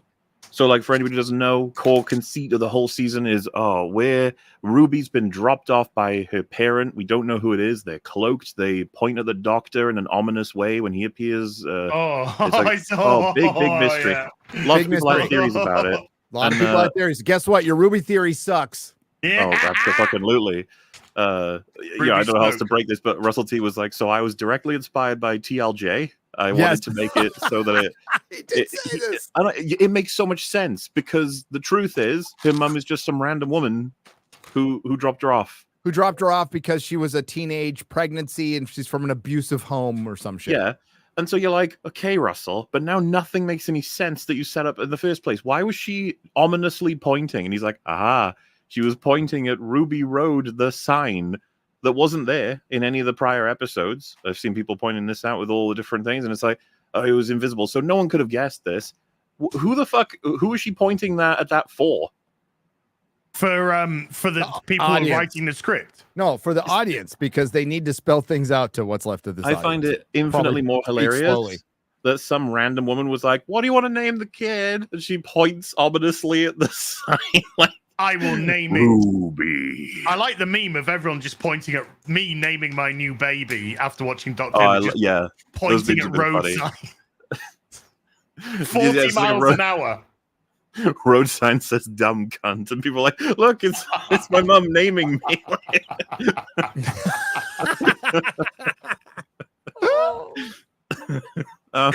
This is elitist Russell T Davies, who just hangs out at fucking parties all day and has no connection to humanity whatsoever anymore. He's a No, fucking rich sir. man, and like just like shot. You know, I guess he bounced it off a couple of his friends at a cocktail party, and they said that's a great idea. It's so emotional.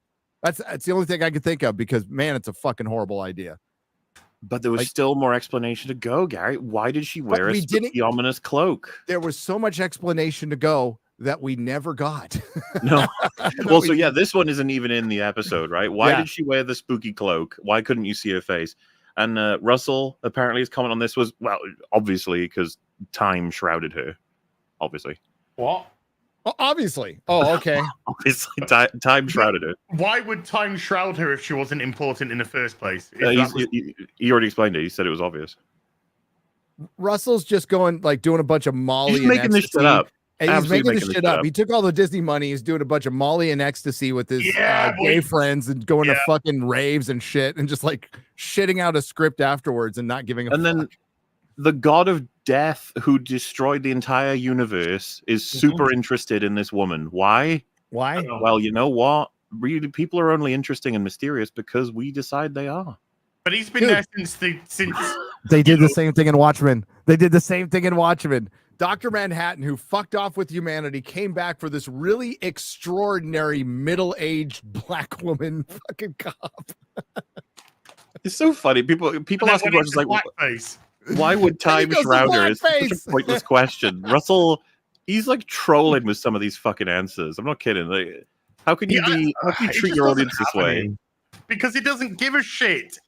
It was quite obvious, right? Let's just say, we're casting a black doctor, the first black doctor, okay? Which is okay. The first Morgan black Freeman.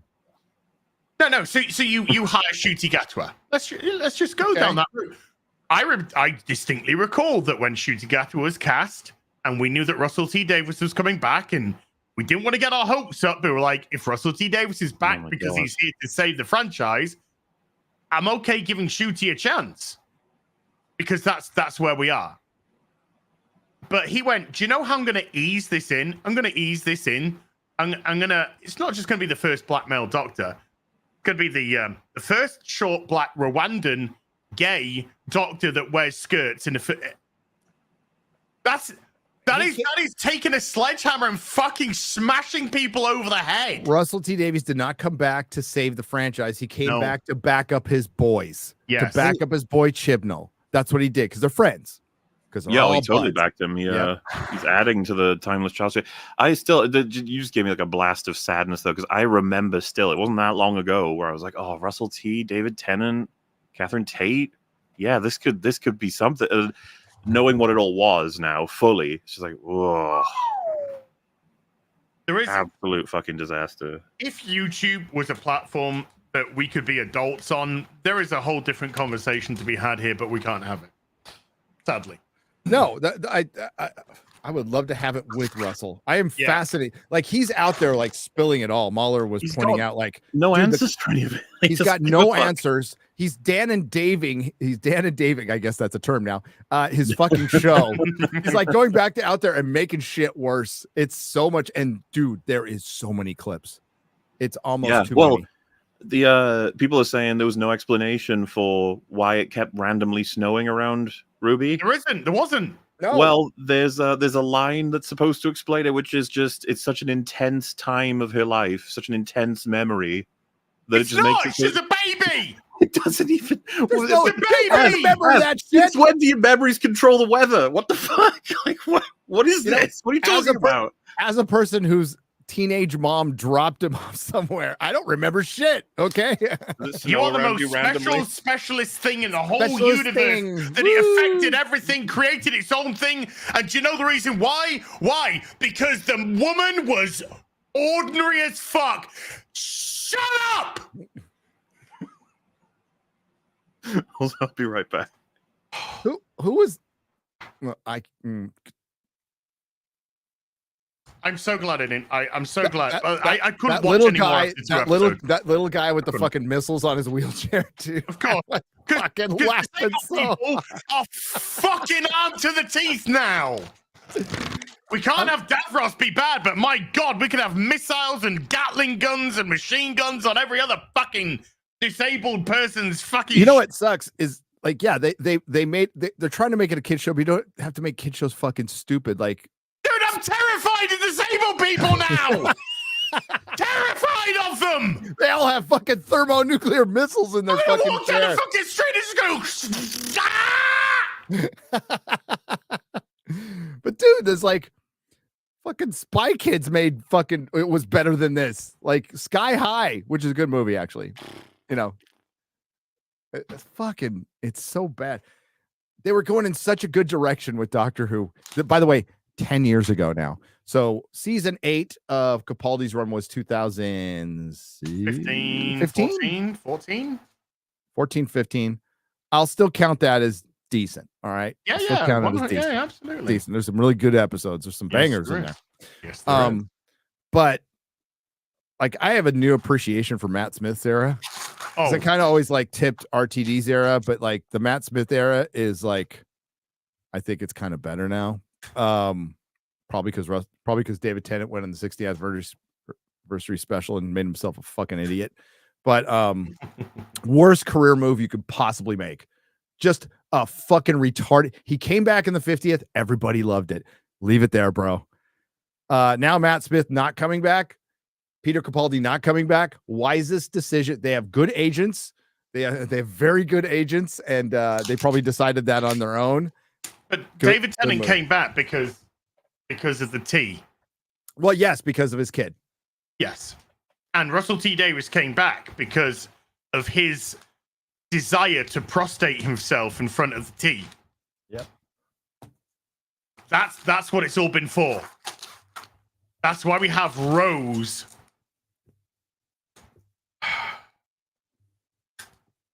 Dude. It's for everyone. It's for everyone. It's for everyone. Apart from everyone who it isn't for. Who it isn't for. Which is 99.9% of people. Are we gonna? Yeah. I love that Eccleston clip going on. Sack Russell T. Davies. Sack Jane Tranter. It's like, yeah. All right, I'm on your side again, pal. Phil Collinson. Sack Phil Collinson. Now we have more context. I apologize. Maybe I was too harsh. I was too harsh to you, Christopher Eccleston. I apologize. Yeah, you know he said he had mental health issues. I think we're beginning to discover where he got them from. Yeah. Well, I think he's always had. A lot of actors do. Let's be real. Yeah. And we don't want to, make light of that. But yeah, that was for him to say that at a con though. That's fucking sack. With Billy Piper sat next to him. And she's like, yeah. Whatever. She's one of them too. Lawrence, a guy, her and Lawrence. I said prostrate. I didn't say pot. Whatever. He said prostrate, not prostate. Whatever. Yeah. No. I said prostate because that's where his finger is fucking wiggling. Dude, I found a bunch of these when I was with Extra Girl. I found a bunch of these cheap. Like this is when I was buying comics like off the rack. Oh, nice. $3, $5. What? Yeah, and it's like I have them, and I just bought them. I'm like, I'll give them my kid, But they're like, I'll hang these on my fucking wall or something. They're just so nice. When covers were dynamic. Look at this cover. Look at this fucking cover, bro. Oh, beautiful. Look at that. Yeah, boy. Yeah, boy. Sure. Yeah. There was just don't fight me, chat. Come on now. Don't fight. Okay. So do we want to talk about that? I don't know shit about Dr. Disrespect. I know. I'll talk about it with Eric tomorrow because we're both Dr. Disrespect fans. So I can talk about this with Eric tomorrow. Was the statement good or bad? Well, I mean, the statement goes back to 2017. And he says, essentially, the statement says, I was having conversations with somebody in 2017. They never got, never met them. They never got bad.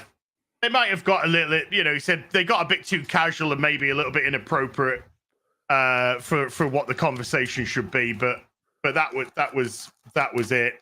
I need to go through it properly, but it seems like it was shooting the shit with somebody, and there's maybe a little bit of silliness, but nothing untoward or something. I don't know. I'll have to go through it fully to get all the context. But yeah, got to be careful. No, but it's really easy. Yeah, don't fuck around. Yeah. He said it might have got a little bit. Might have got a little, not sexy, but it might have got a little bit inappropriate. Maybe too flippant. I'll go through it. We'll go through it tomorrow on Ripping the Silverback. I can't say one way or another. Yeah, because unless you actually see what they are. Well, you need evidence, right? Yeah. Like these accusations going out without evidence. That's the side I come down on all the time. Evidence, innocent till proven guilty. Sure. And then context after that. We'll see. Silly Billy, for sure. Stupid silly Billy. But I think that's the time that he was going through the whatever it was with his wife, and that's when he ended up cheating on her in 2017, wasn't it? And then he came out and he confessed to cheating on her. Cheating on her. He needed to sort his marriage out, and then since then it looks like they've sorted their marriage out. Good. PM, we don't know. PM, don't start twisting this. We don't know because we don't know what was said. So don't start twisting this when you don't know what was said. That's the whole point. The whole point is we don't know what was actually said. Yeah. And we probably never will, unless somebody leaks the actual things out, which if they do can start all kinds of different lawsuits. Whatever.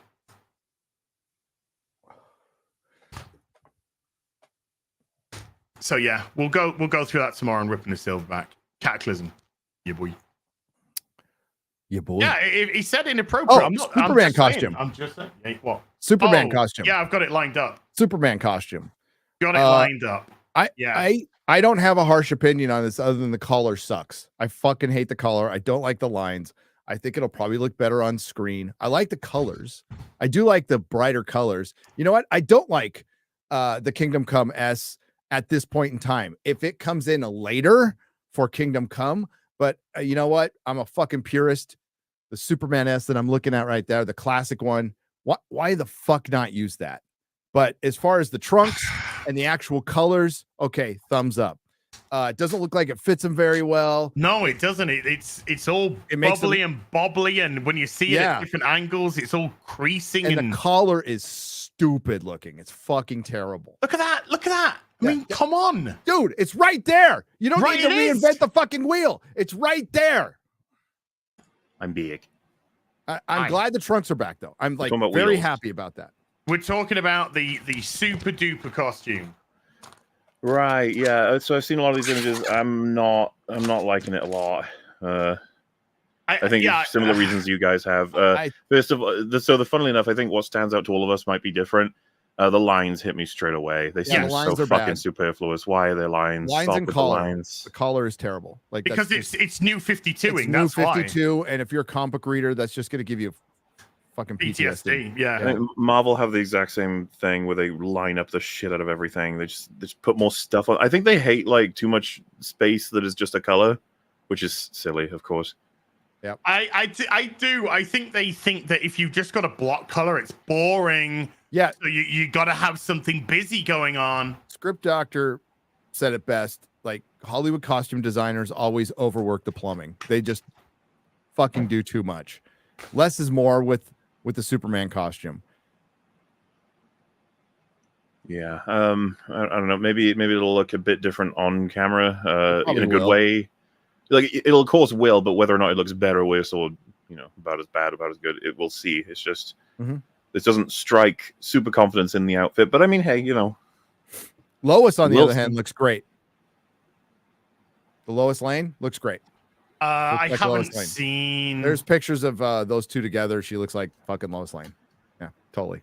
I'm fine with that. Mr. Terrific looks a little too skinny for me. I thought Mr. Right. The costume's good though. I mean, the Mr. costume. Terrific looks fine, but hold on, let me bring it back up. But who the fuck, if you're a normie, who the fuck knows who Mr. Terrific is? Nobody. Exactly. So, I mean, Mr. Terrific ticks a box. It not just because he's black, but he's gay and black.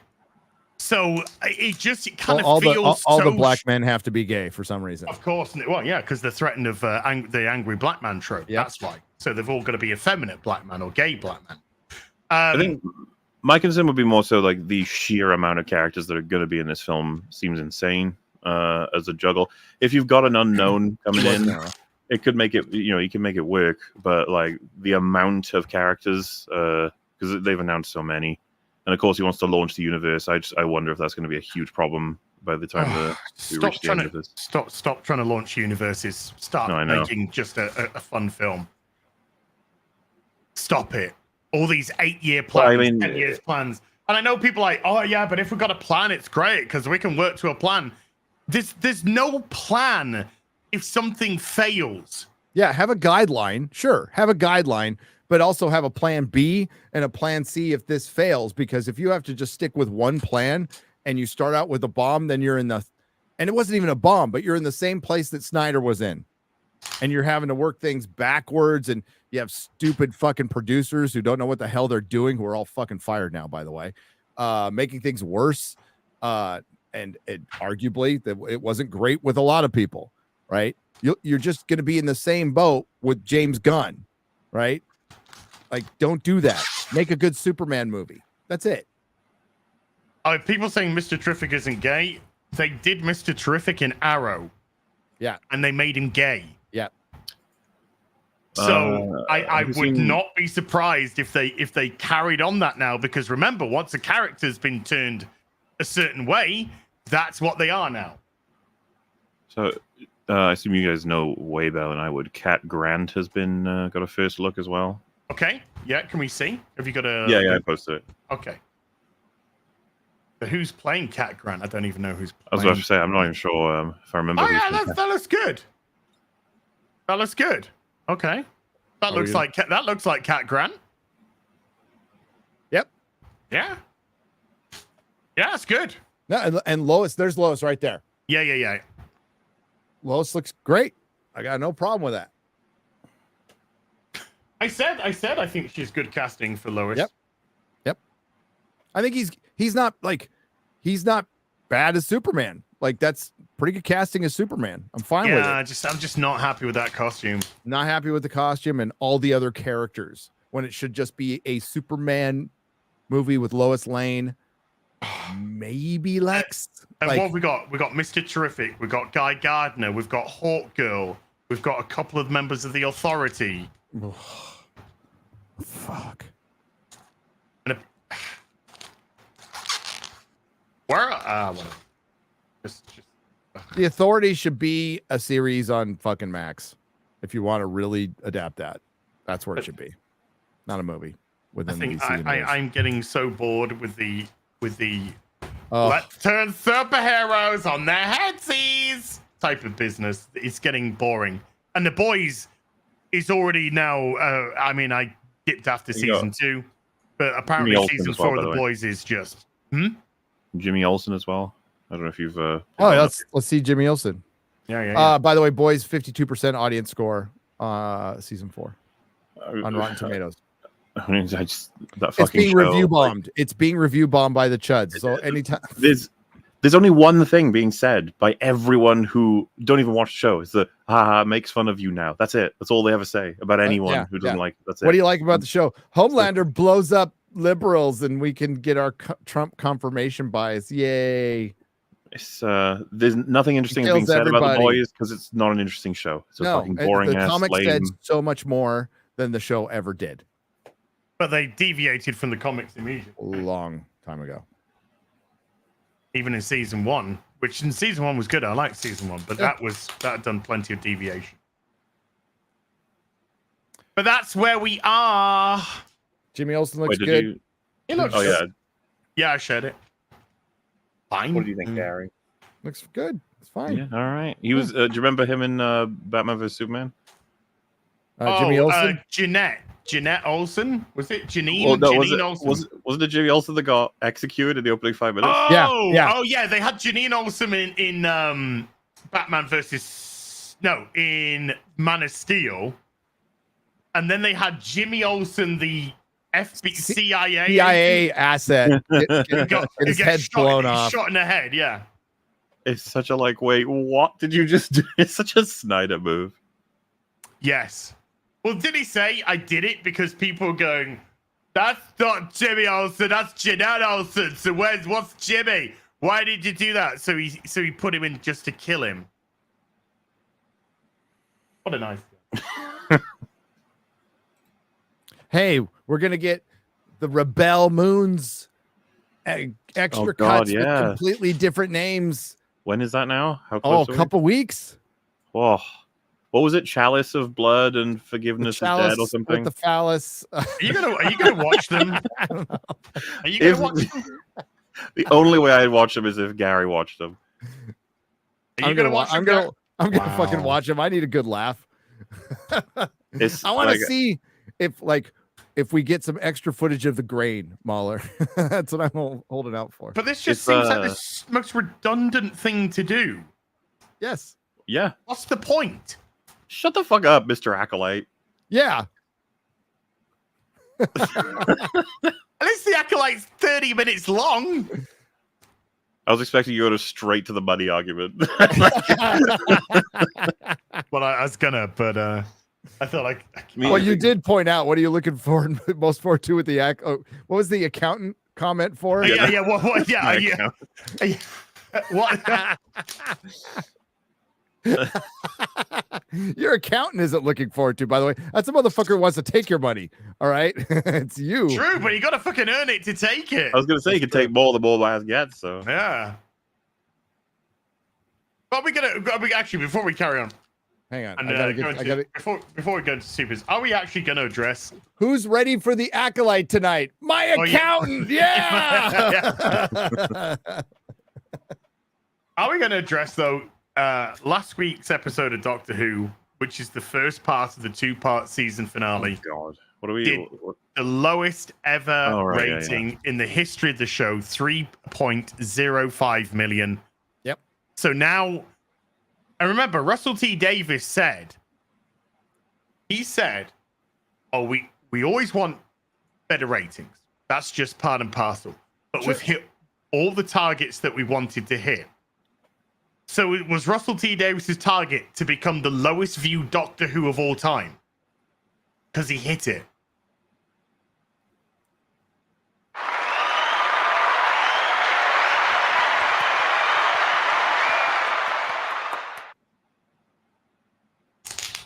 Remember, it was canceled when it hit those ratings last time. Straight up canceled. It got higher ratings and was canceled. Mm-hmm. Because these are the lowest ever. It's not going past the next series. It's just not. I don't see how it can. I mean, next season it's absolutely got to dip below. But remember, 2 million by a bit. This is supposed to launch the Whoverse. We're supposed to be getting a unit show. Do you know what that reminds me of, Gary? Do you remember this? Ghost Core. Remember this? Yes. Oh, the Monsterverse. The Dark Universe. Monsterverse is at least being floated by the fucking movies that are pouring out. Dark Universe died on the vine twice. Ghost Core is hilarious, and I think is Ghost Core at the beginning of the newer movies. Yes, they're still trying to push it on. They're still trying to push it. Insane, but yeah, the idea of building out a universe for Doctor Who, it's like stop, fucking stop. What's wrong with you? You had that. You had Torchwood, the Sarah Jane Adventures, and Doctor Who all going. That was a different fucking time. Okay, it was. you can't be doing that anymore. Oh, but Sarah Jane Adventures was fun. Torchwood had some good moments. I was never a fan of the series, but I loved Children of Earth. That was fucking Children really good shit. of Earth is next level. Good. That's how you make adult Doctor Who.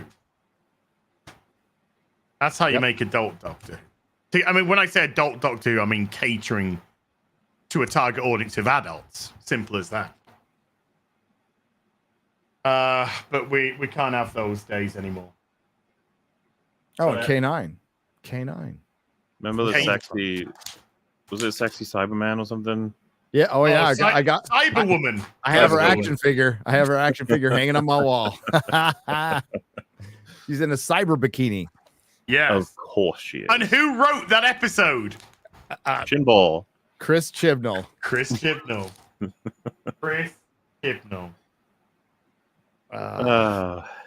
Good times. Yeah. Good times. Good times. Not so long ago as well. We are 6 hours away from the Acolyte premiering in 2 minutes. Party?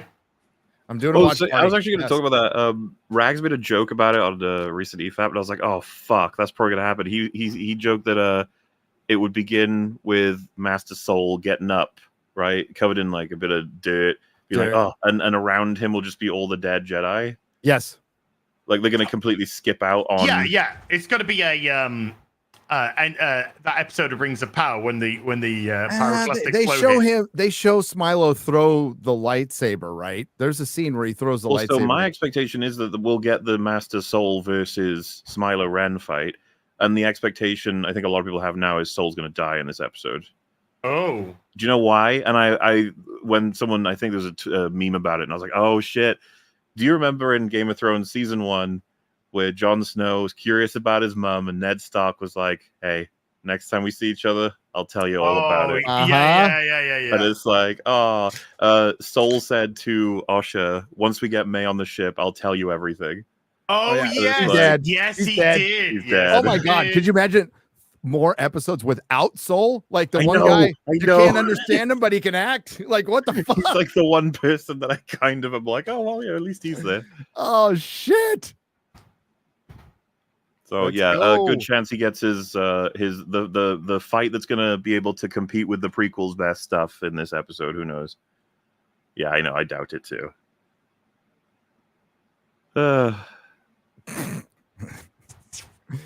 I just, dude. There's always some fucking clip from the show though, like that we've got to run out at some point. You know, she kicked dirt in their face and ran away. Pocket sand. Oh, that's fucking yeah, fucking pocket sand for fuck's sake. Oh my god. If only the Jedi had a way of sensing. Oh no! Wow. What you were talking about it on FNT, Mahler, because I didn't see the responses from the writers. So when May does her heel turn, was it in reference to this? No, when May does her face turn. You mean? No, something like that. Wait, are you talking about? When the writer when they were trying to interpret something, and the writer said, "Well, I guess." I can't even remember what she said. Oh, right, yeah. So the quote was like they were trying to explain how she completely changed her entire mode of operation, essentially, and they were saying, you know, she's realized it's all pointless now that because her sister is alive, which was insane because she obviously took issue with the Jedi for killing everyone, not just her sister. Yeah, at least that's what I fucking thought. And what's funny is this person wrote with the show. This writer knows the whole show. I don't. Well, I guess. Well, I guess. Guess. You wrote the fucking show. What do you mean guess? What the fuck? I think there's a lot of guessing going on. There's a lot of guessing going on. We're getting closer and closer. When we get to the end of this season, you understand the whole story for the whole season is going to make even less sense. Like it's all going to fucking fall apart. I can't wait for that. None of it. How is there 4 episodes? Seriously, how? You know how it'll work. Fucking episode. The only thing that's going to happen in this one is probably going to be the big fight between the two of them. That's like it. Or, you know, it'll have a bit of padding before and after. And then we'll get another flashback episode to fill time. Yep. We'll have May's perspective. We got to have we got to have the Jedi flashback episode to see how they did the naughty on the. I think part of their plan is probably to do May's perspective in a flashback because that perspective is that the Jedi are evil. You know what I mean? Yeah. So she'll see the Jedi doing, because remember the one we got so far is kind of the Jedi were kind of chill. Yeah.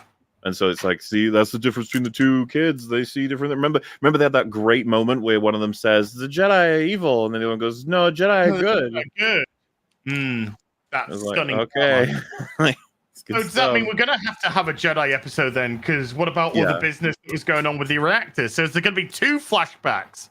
Well, maybe. Well, you could split it, right? May scenes and Jedi scenes. I don't fucking know. Maybe she spies on him, and that's how you get your Jedi scenes. I don't fucking know, Az. I don't write this shit. All you have to think of the stupidest thing possible, and that will. All I know, and it'd be worse than that. Yeah, got it. All I know is retard. They've got to execute every last person who sees Smilo Ren. They've got to execute them before they can even communicate with anybody. Got to fucking kill them all, otherwise the prequels aren't going to make sense. Well, she's didn't the writer already call like the Jedi that have gone to this planet red shirts? Whatever. She said, they're red shirts. Obviously, all the ones that didn't even fucking speak or have they're like Sam Rockwell in Galaxy Quest. They're like, do I have a name? Does anyone know my name? You're right. I love that movie. It is such a good movie. It's so fucking good. Best Star Trek in years. Many years. Yeah. Remember that Harley Quinn, Gary? No, I don't. It's a forgotten memory now, isn't it? Yep. A long forgotten memory. Right, let's get into some supery dupery rooperies. What do we got? Let's go right back to the beginning.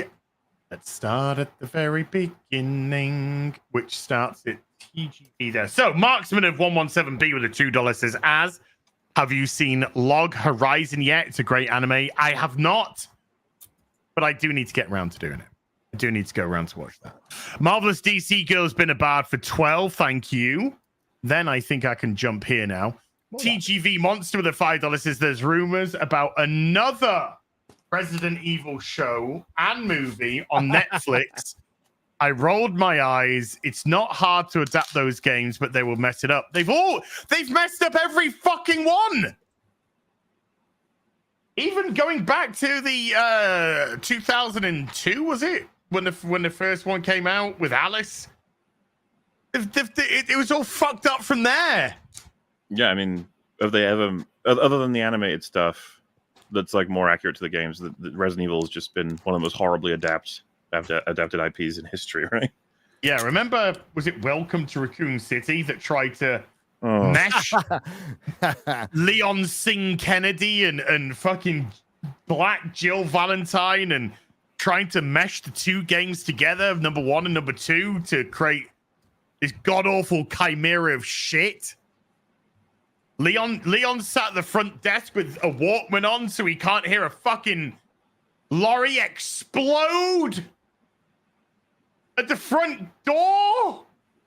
You know, you could say anything right now, and I believe that it was in the show. You could be like, and then the unicorn tried to kill him. I'd be like, yeah, it probably happened. And then the guy just walked in the front door on fire to some absolutely insane pop culture song that made it look like parody. That is actually true, by the way, Mark. I was about to say, I'm down 50-50 on this. that actually did happen. Well, that Resident Evil show that was on Netflix was unbelievable garbage. It killed Lance Reddick. That's how bad it was. Everyone was just really sad to know that he was in it. It's like, I know. It's like, oh, Lance Reddick's in it. Oh, he's Albert Wesker. Oh. The most unlikable cast of characters. Fucking hell. Boobies. Sean Godley has been a member for 21 months. Thank you, Sean. Papa Vangelis with a $50 says, hello, Governor. Been watching Batman, the animated series, with me wife, and we're impressed with what they created because it's amazing. The Grey Ghost episode is particularly memorable and great meta storytelling. Love y'all, and may the long man forever haunt your dreams and mentions. Yay. You know this guy, Muller? Which guy? Oh, the classic, the best character in Quantumania. Oh. It's Modok. The Grey Ghost, by the way, is one of the most expensive animated series figures to buy. What? What are? The Grey Ghost from Batman the Animated Series. Really? Yeah. The not the ones they released originally, but when they did the the bigger ones, the nicer ones. I like the OGs from the 90s. Yeah. Oh, and by the way, Jazz Inc. have just released pre-orders for their 1/6 scale Batman the Animated Series Batmobile. Oh, nope. I can't fit it. Same. I can't, but I do have a 1/6 Batman the Animated Series Batman. Nope. Just buying comics now. Back issues. Back issues. That's all I'm buying. Back issues. Unless it's the Transformers comic, because that is fucking banging. It is an absolute banger. Andrew Cram has been a member. Thank you, Andrew, or joined as a member. Appreciate you. TGV Monsters back again with the $5. Says, hi, Asgary Mauler. How was Elden Ring? 2 years later, great. and it's still massive and fun Fucking without awesome. the DLC. You know, I think the game's pretty fucking easy, to be honest with you. I don't know what you're all bitching about. Ooh. Game of God, Gary. I came back after a 2-year, 3-month break, did a few streams leading up into the expansion release, and chat were loving it. I was loving it. It was so much fun to kind of go back to. Why did you kill any bosses? I don't know why they ever went away from this Iron Man look. Like, this is the best way to do the titles. I don't know, like, why they didn't put that in all the movies. I don't fucking understand.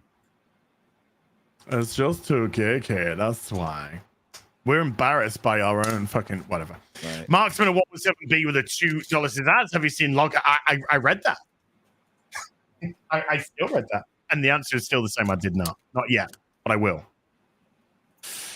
Striker X24 with $5 says, since Rogue can absorb powers, would she be able to absorb DP's ability to see the fourth wall?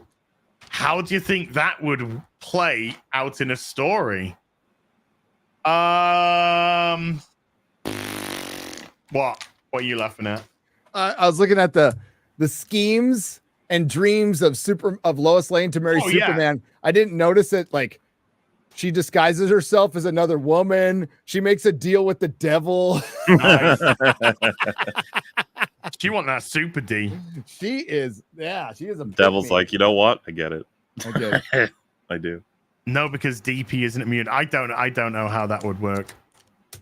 It would be a cacophony of weirdness. What if she drew it out of She-Hulk and Deadpool at the same time? Yeah. Oh wow. Then you'd have a great TV show. Then she can break the fifth wall. You know, I missed her, but Tatiana Maslany was at the Comic-Con in San Antonio I went to. Oh, really? I missed her, though. Yeah. Really? Yeah, I was going to go get a picture with her. But who's the She-Hulk fan? No, we're here because of Orphan Black. Yep. Does anyone have any other Orphan Black questions? There's an Orphan Black like spin-off series coming out, right? Or out? Or been out? I have no idea. I don't care, but yeah. So I heard. Oh shit! What was the No, shit! What show was it? It was a show. I'm trying to remember. I was thinking about it last night. I was thinking of the show that had a second season. I was like, oh wait, did that show have a second season? Has that been and gone? And what nobody show? Spoke about it at all? What show? What show? That's what I'm trying to remember. Give us clues. Clues. It wasn't Halo, because we know that Halo. Oh no, it was Halo. Yeah, Halo had a season 2, and it. We covered it on Came and went like a fart in the wind. It was fucking terrible. Absolutely terrible. Oh, what a surprise! Wasn't it meant to be Reach or something? Oh fuck! I don't even know where to begin to tell you everything wrong with that piece of shit. Fringy's worked his ass off on the EFAP TV episodes that are going to come out for that. There's going to be 8. They're going to be, I think, an average of an hour long each. Really highly edited, and you've got references to all the games throughout. It's been a nightmare getting them ready. 3 of them still can't get through copyrights. We're working on it, but as you can tell, this is one of those, like, we are so far behind being topical on this that nobody knows when it comes out. We'll be like, Season 2. I don't think anyone cares about being topical with Halo. Get well, round to that I'm shit just whenever saying, you want. we'll be excited to get those out once they're ready to go. They're almost there. They're cooking. Yeah, you remember how Halo got commissioned for 2 seasons, and then when season 1 was over, they said we've been back for season 2, and people were like, how did this get renewed? But it didn't get renewed. It was given 2 seasons. Yeah, they announced that pretty quickly. The second one. Well, no, it got commissioned before it even began season 1 filming. It was commissioned for 2 seasons. But they did. The announcement of it, they tried to make it seem as though it was like, oh, yeah, great news. Season 3. Mm-hmm. No news on that yet. No news. Not a peep. And you know exactly why. Yes, we do. Fringy's sort of standing theory is that they will get if they he's inclined to believe they won't get one, but he said if they get one, this is the last one. Like they'll probably get a chance to finish it off. The end of season 2 introduces the flood. They're speeding through everything. Oh, of course, yes. So it wouldn't surprise me at all that they do one more and then that's it. And it's like a reduced season as well, probably. But season 1 should have introduced the flood because he should have been on a fucking Halo. Motherfuckers, season. The less references to things people actually recognize, the better at this point. This is where Captain America fights Satan's angels. Oh, damn it! Let's Satan. go. Not the Hell's Angels. Biker boy. Yeah, Satan's angels. Okay. CB4's loving these covers, by the way. Thank you, CB4. He's loving these detective covers. So Fable 77. I just remembered one thing I want to tell you about Halo Season 2. There is the attack on Reach. It's very sudden, so everyone's like lacking their potential. Like it's all very ragtag, right? Grabbing as many people as you can, get them weapons as fast as you can. They don't even have their armor. There is a man who is blind, and they hand him a grenade launcher.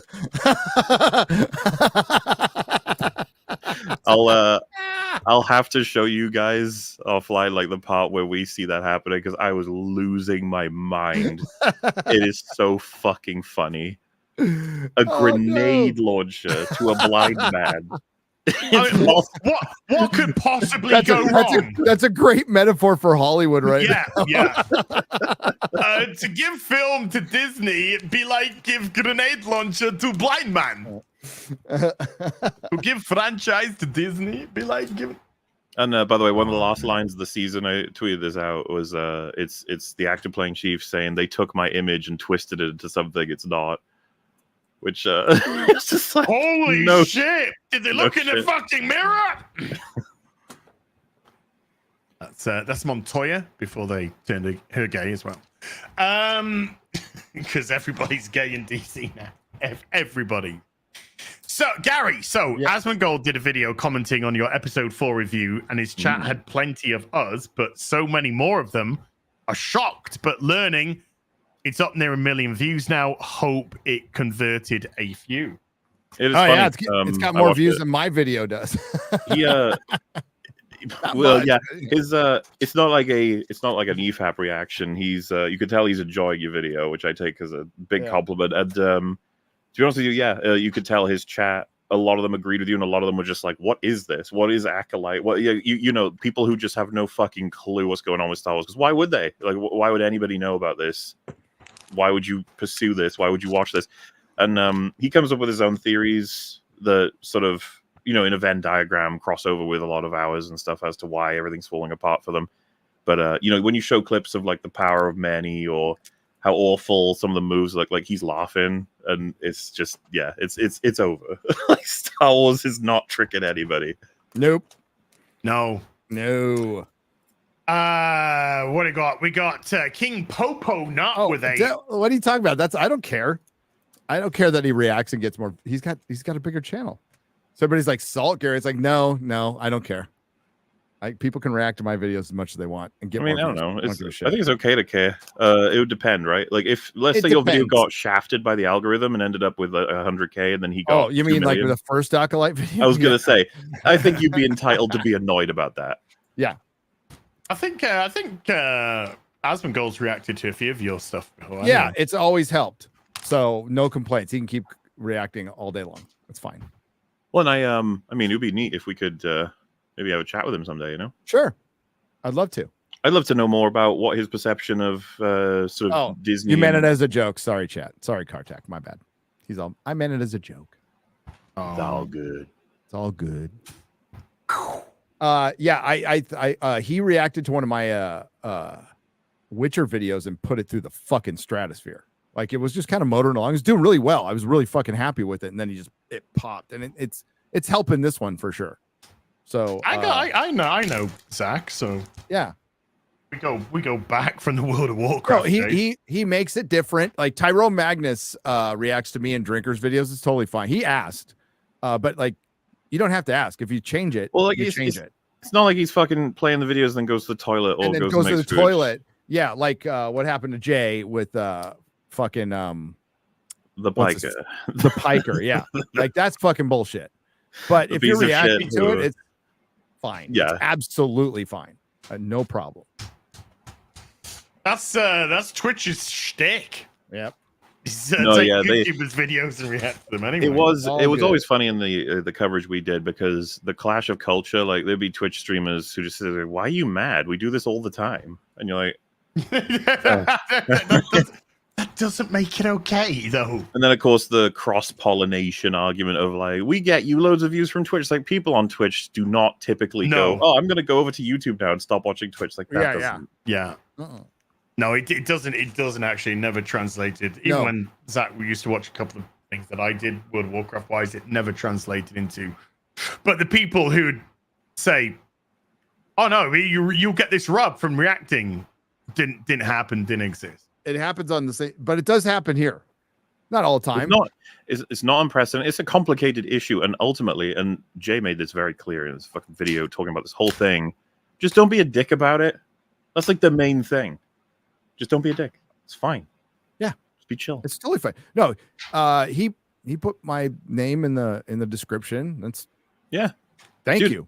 The best example was when Hassan played it, went to the toilet, played the majority of the video, came back, and it sort of got to the end, and Jay started talking about future videos, and he went, and cut it off. Like, don't promote yourself. Like, yeah. I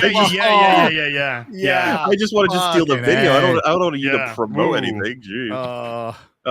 What you'll find with different streamers, they'll have like principles of, I will watch a video, I might not react much, but I'll always let them, shill whatever product they have or promote whatever channel thing. And to me, it's just like, everyone has different sort of rules.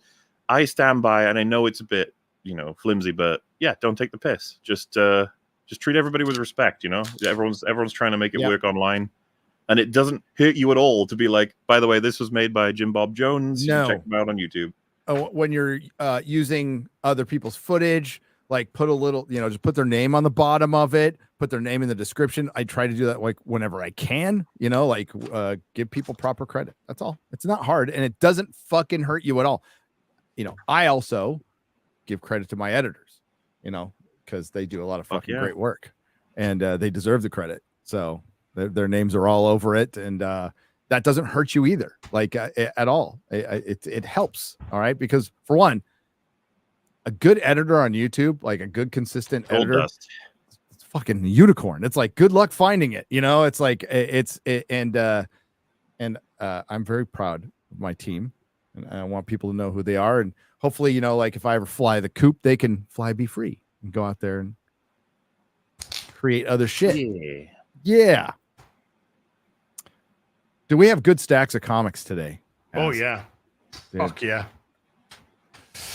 King Popo up the $20 says, "Hello. Ultimately, I ain't got shits to give about the Acolyte and Doctor Who, but my fellow Elden Lords in the panel, don't worry, Gary, one day. What did you think of Macante's cringe memoir of an article of DLC, Elden Ring DLC? I just saw the soundbite from it where she was like, yes, the Elden Ring DLC reminds me of all the hatred that I get online simply by blah, blah, blah, blah, blah. I disagree. Blah, blah. I thought some of the metaphysical imagery was really quite effective, and she really counterpointed the surrealism of the underlying metaphor in that article. Something on that. You're talking about the subtext, Gary, the interwoven nature of the warp drive. Yes. She's a dumb bitch. Nearsighted Cyclops has been a member for 10. Hey y'all, Real BBC versus G&G Party Animal stream. When?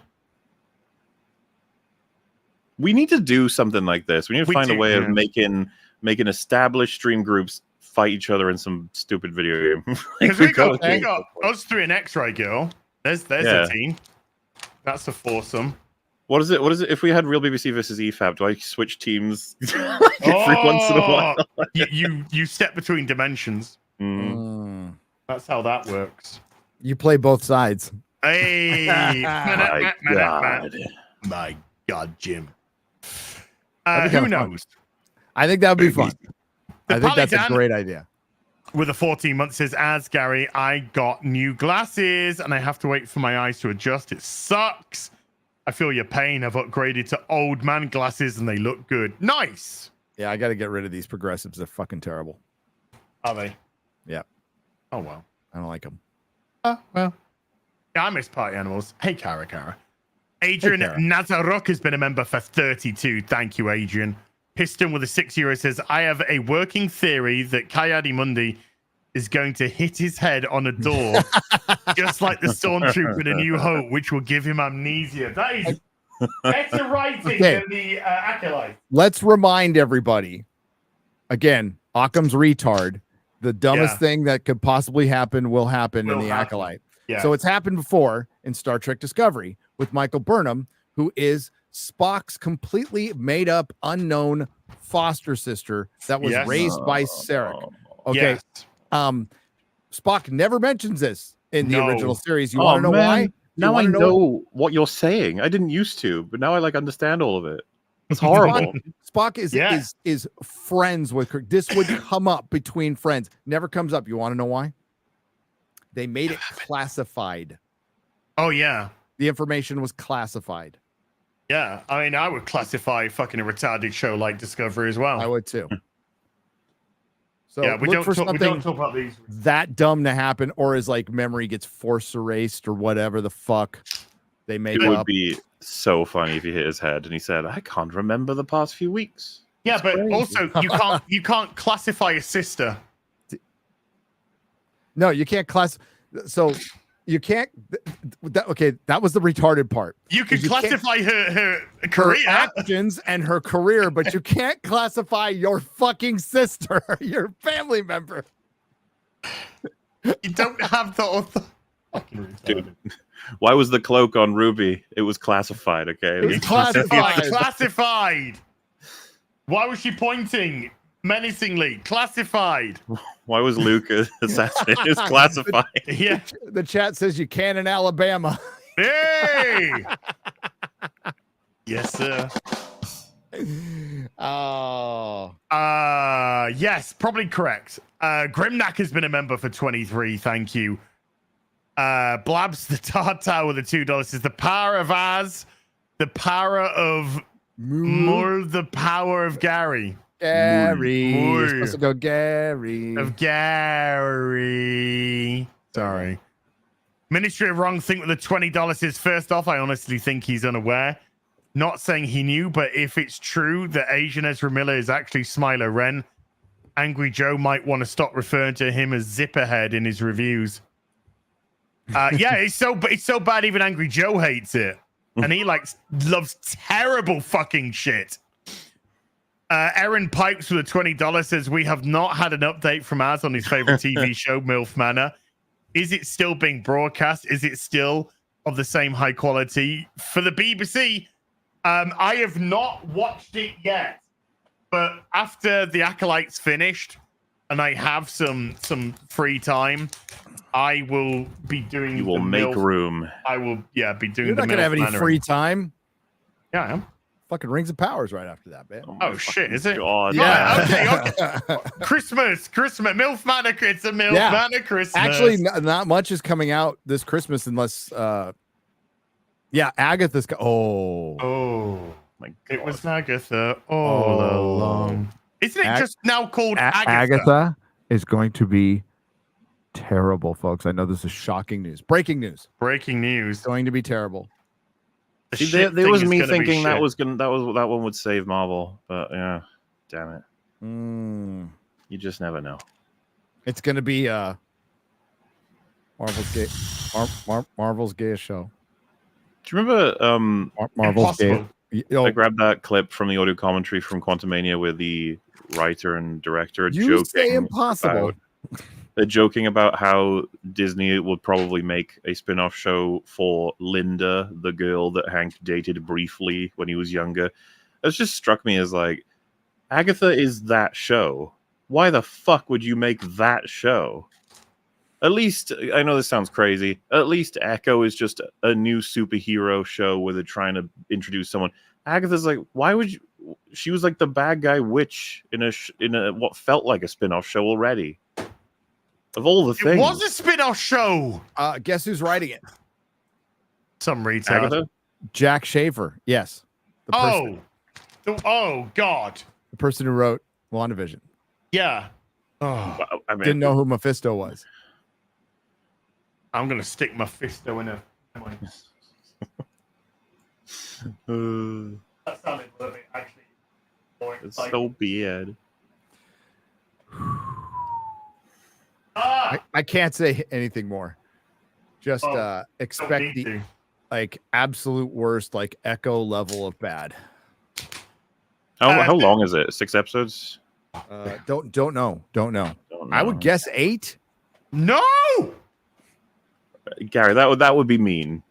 It's supposed to be a second part of a trilogy. What started with WandaVision? Oh, trilogy. Thuriel God of Rage has been a member for 7. You always blame Gary for being late because he's always fucking late. The Eldritch creature is right there. Their concept of time is cracked, not like mortals or as classic type gods. When's the last time I was late for real BBC? It's been a minute. Before today.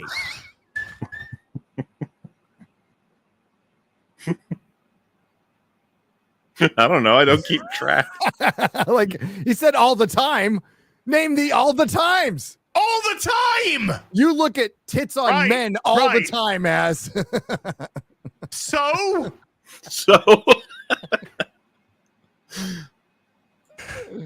one is not the same as the other, Gary. Let the man without sin cast the first stone. Let he who is without sin cast the first stone. Let the man without tits cast the first stone. I don't want to know the man without tits. Ertzog has become a member. Thank you. North of the Rockies with the $10 is, I believe, Crotty Robot from Mystic said it best. Get a bunch of women together and it's either witchcraft or a wedding shower.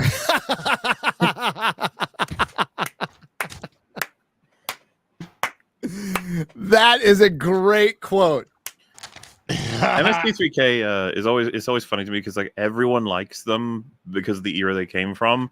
So then people have to reconcile like, oh, they were cool when they made fun of stuff. But you guys, no, because you're mean. They were never mean on MST3K.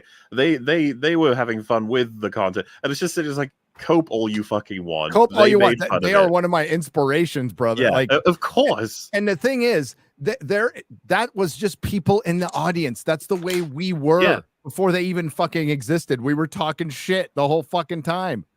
Jesus. Kevin Smith built a career on talking shit about Hollywood until it was accepted in, and then it was just like, oh, thank you. I always wanted to be one of you.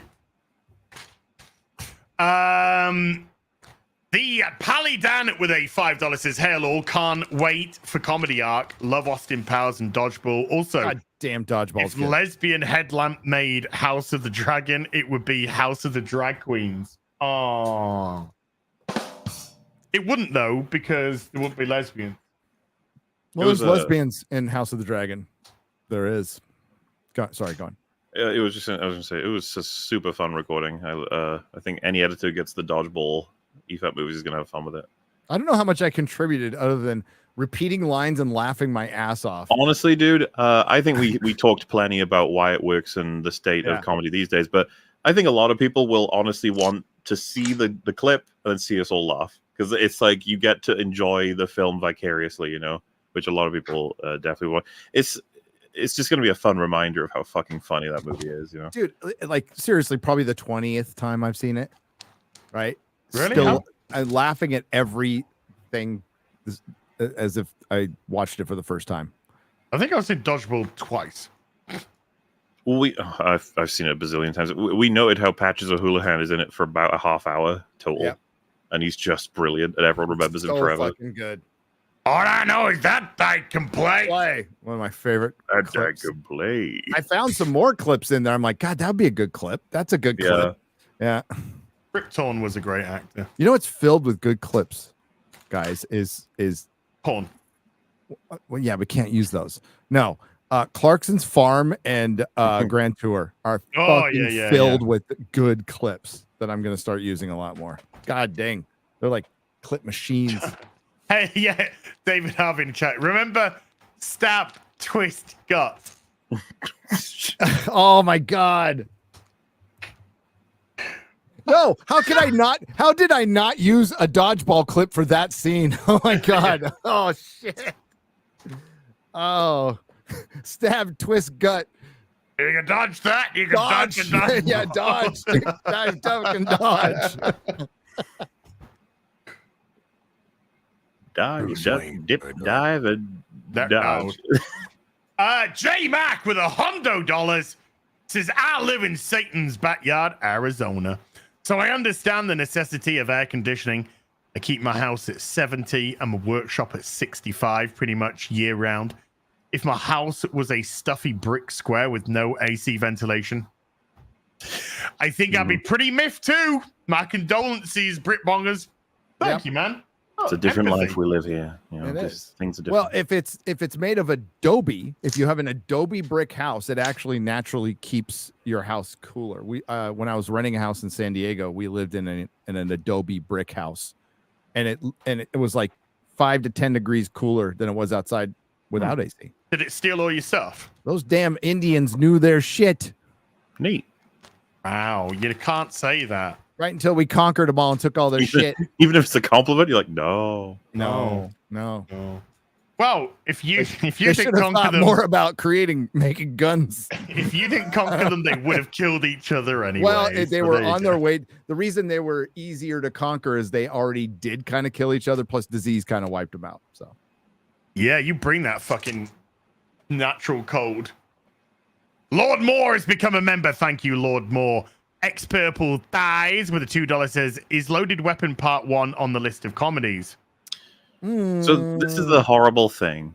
It's probably gonna be. We should probably reasonably do 11, one per month, excluding the month of Halloween, because that's what we do an arc.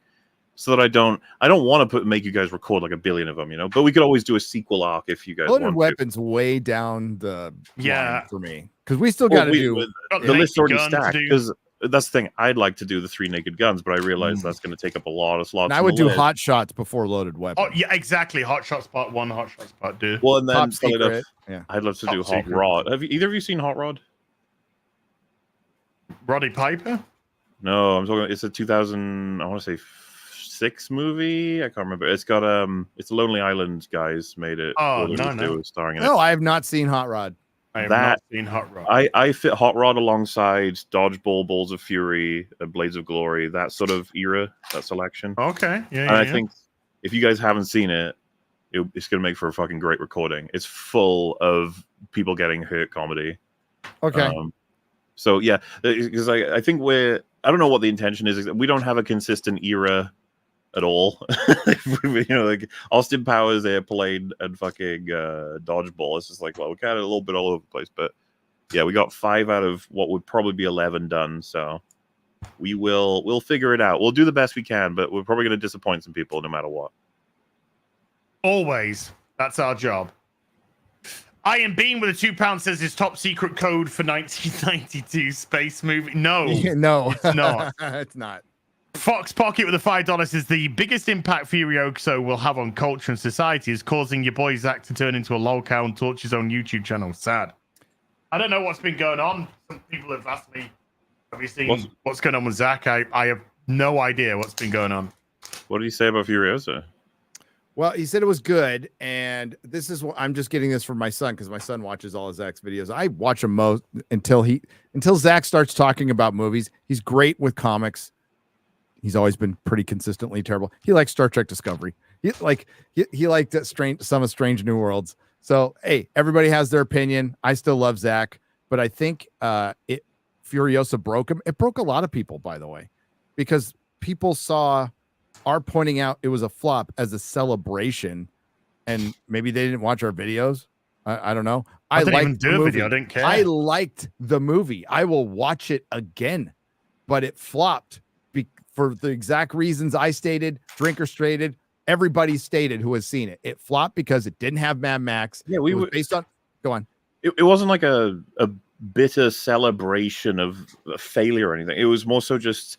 I think the what we went over on Open Bar, I can't remember if you were on the episode or not, was a sort of like, why did you make this decision and expect to make so much money? It's such a weird thing to do.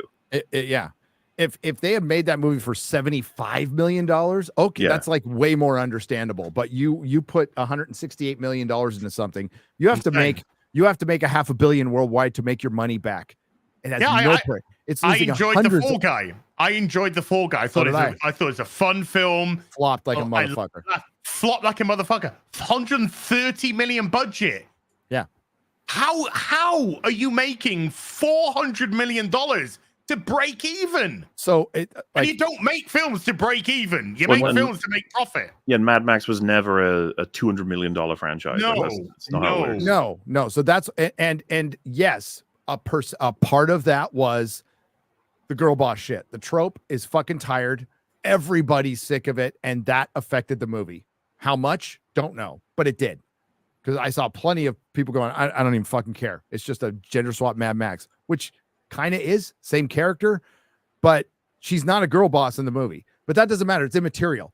It flopped. So we weren't being hyperbolic at all. We were just pointing out that this thing was a major fucking flop, and it probably was always going to be. Like that was it.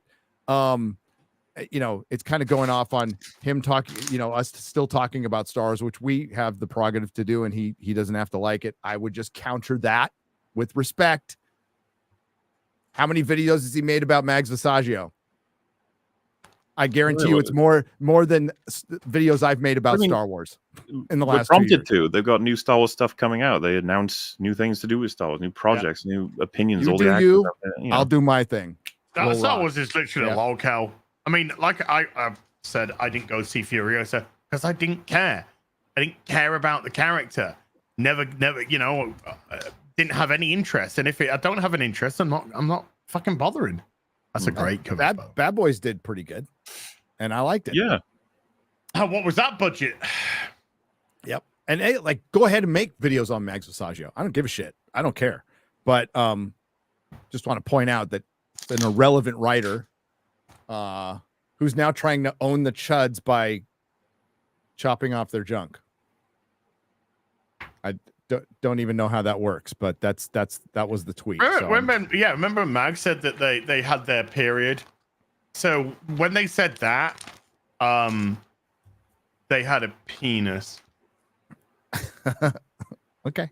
Not that cutting it off will actually give them one anyway. Nope. But it was still a very fucking weird thing to. But there again, we're not own those chuds. Go right ahead. We're not dealing with the same person. No, we're not. Doesn't matter. No. Big Ounce with a $5 says, "Hey Gary or Az, please explain to Maul of the DC multiverse map. He looked it up on stream and it confused him. I'm not even going to attempt to. not even going to fucking attempt to."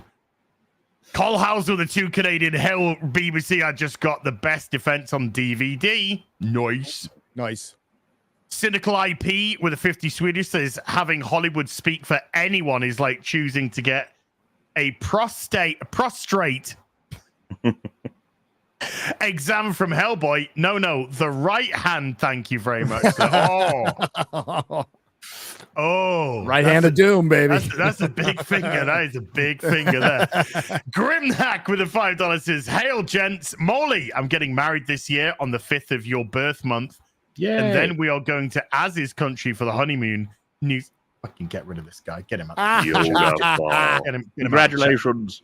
Yeah, no, don't you dare. Don't take it back. Brian with a 20 euro says, after House of the Dragon's last episode, I'm convinced HBO is hoarding all the best writers. How are they able to consistently produce great shows going back to the 90s? Unbelievable talent. Well, I don't call it consistently. There's a bit of a fuck up on the end of Game of Thrones there. But you know what? I'm inclined to believe that they have a skill flaw, you could put it that way, for a lot of projects in terms of making them look a particular way, feel a particular way. HBO seem to know what they're doing a lot more than a lot of other people who are making TV shows right now. HBO, I would say HBO do seem to be consistently good with their content in terms of whenever you seem to praise something, it's like the next kind of really good thing, it tends to come from HBO. Sure. Well, and how long they've been making TV shows, specialized TV shows before anybody here in America, pretty much. I can't like the BBC was doing the shorter version of a TV show that might go that gets commissioned for 1 or 2 seasons. So they were doing it first, but like HBO was definitely prestige TV, patient zero for America. They are probably the most consistent and reliable, but they're still responsible for some fucking stinkers. Sure. Yes, absolutely. Oh, fucking Watchmen. Holy shit. Westworld, right? Westworld. Oh, that's never seasons getting 2 through 4. Holy shit. Oh, and someone just mentioned Lovecraft Country. Did anyone even see that? No, I heard it was a absolute race baiting shite. Yep. Skipped it. Wasn't Abrams tied to that? Sure. Probably. Good old Jar Jar. Probably no more white comfort. Yeah. True Detective season 1 is so good. You've seen that, right, Mahler? Oh yeah. Oh yeah. I haven't. You have not? No. Oh, dude, it's one of the best single seasons of television ever made. Apparently, watch season 1, never watch anything else. Don't watch anything else. Yeah, that's what they say. Don't watch any of it. Peace or Utter Destruction has been a member for Fort Mauler. What do you think of Chekhov's Scream? Has that come up yet? Him screaming? For me, isn't that I'm at episode Wrath of- 10, season 2. Oh, you're talking about the movie? Yeah, Fuck it, that's after. Wrath of Khan? You talking about when they're getting the brain slugs and shit happening? I think so. I can't remember now. Like his specific stream. What you're gonna want is go on Drinkers after hours. Is that the channel's name in full? I think his second channel. You can find there's a video of he and I watching Wrath of Khan. So if you sync it up, it's an audio commentary. You probably get our perspective on it, if I remember. Yeah, it's been a while. And ironically, like 7 months ago, I think I watched to address that the chat. You're not wrong. Like House of the Dragon is an exception for HBO now, but that's like a Hollywood problem. It's not even a Warner Brothers problem. Like they're not making good stuff very much. No. But HBO seems to, at least with but when they try, they can still. House of the Dragon looks fucking amazing. It's not even trying, Gary. It's when they actually decide to make stuff for everybody instead of inserting current dayism. Yeah, and when they do that, it does well. It's weird, isn't it? Then we get a shitload of shows that we can just like flitter through, wherever it may be. Stephanie Brown Robin. Boardwalk Empire was HBO. Yes. Oh, I watched that. That was good stuff. Good stuff. Hey, Channel Surf is awesome, by the way. What's up, my brother? Channel Surf the $10 says Scotty's solution to the Kobayashi Maru is the best from a book. He pulls magnetic cylinders of antimatter and transports it to destroy the attacking ships. Epic. Cool.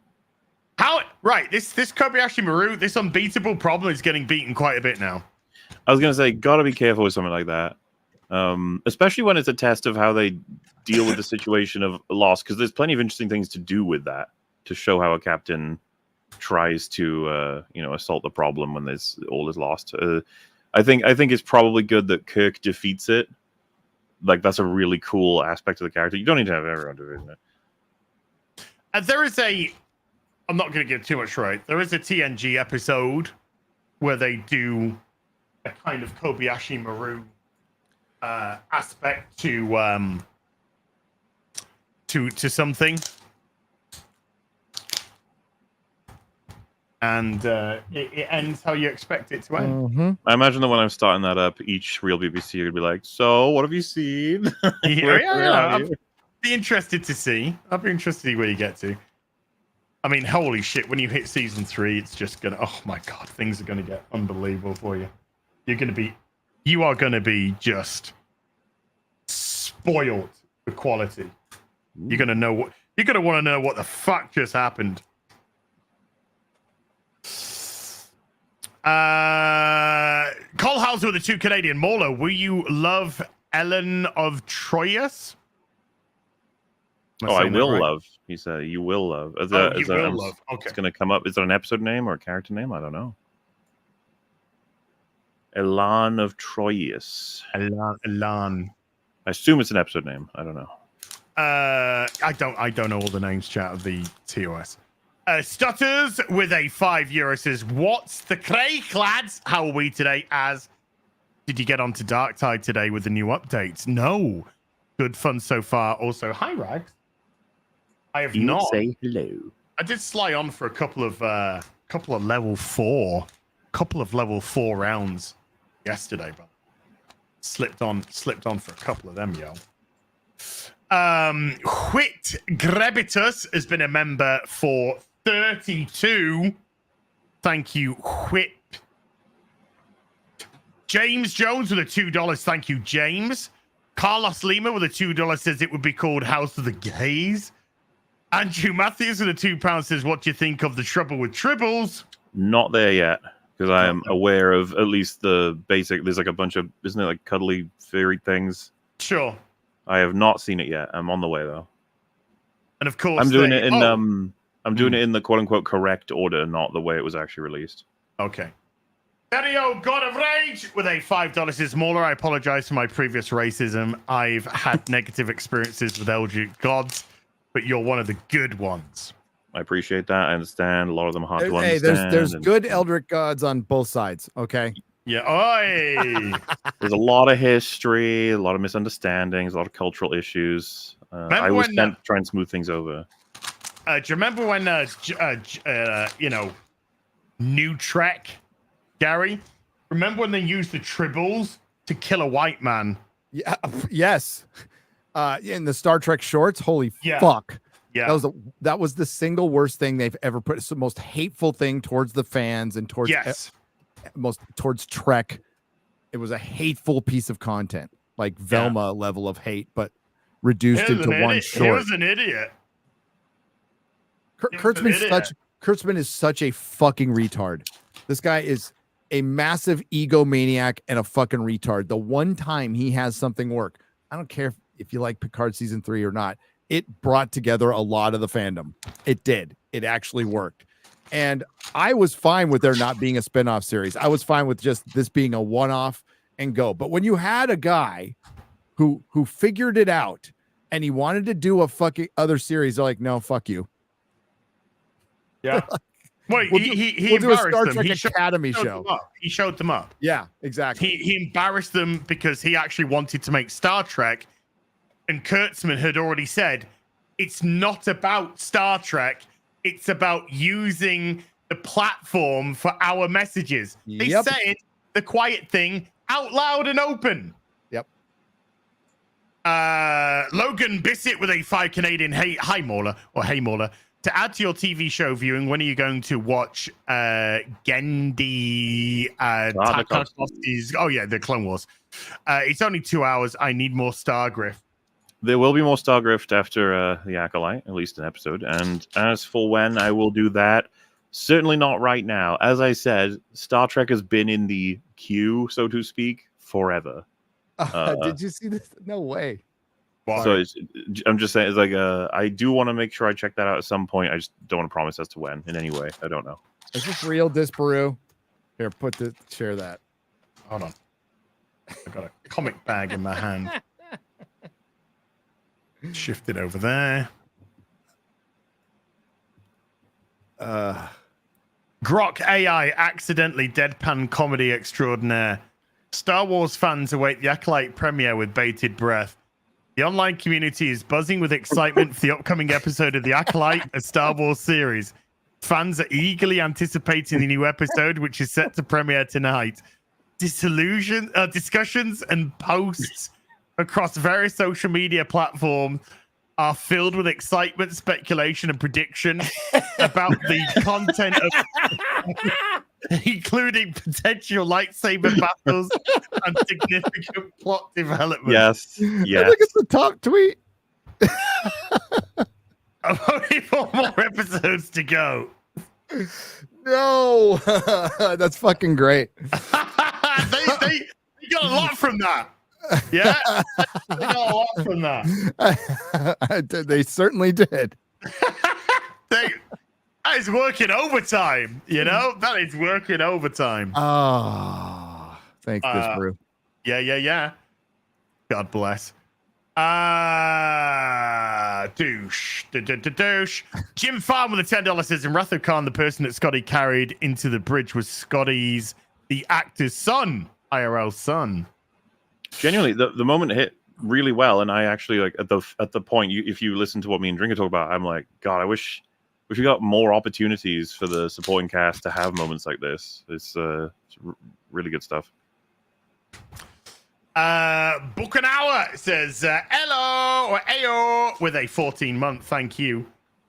Anthony Butler, aka Alpocalypse, with a £5 says, as the opening to Afternoon Tea with Az makes me laugh every time I watch.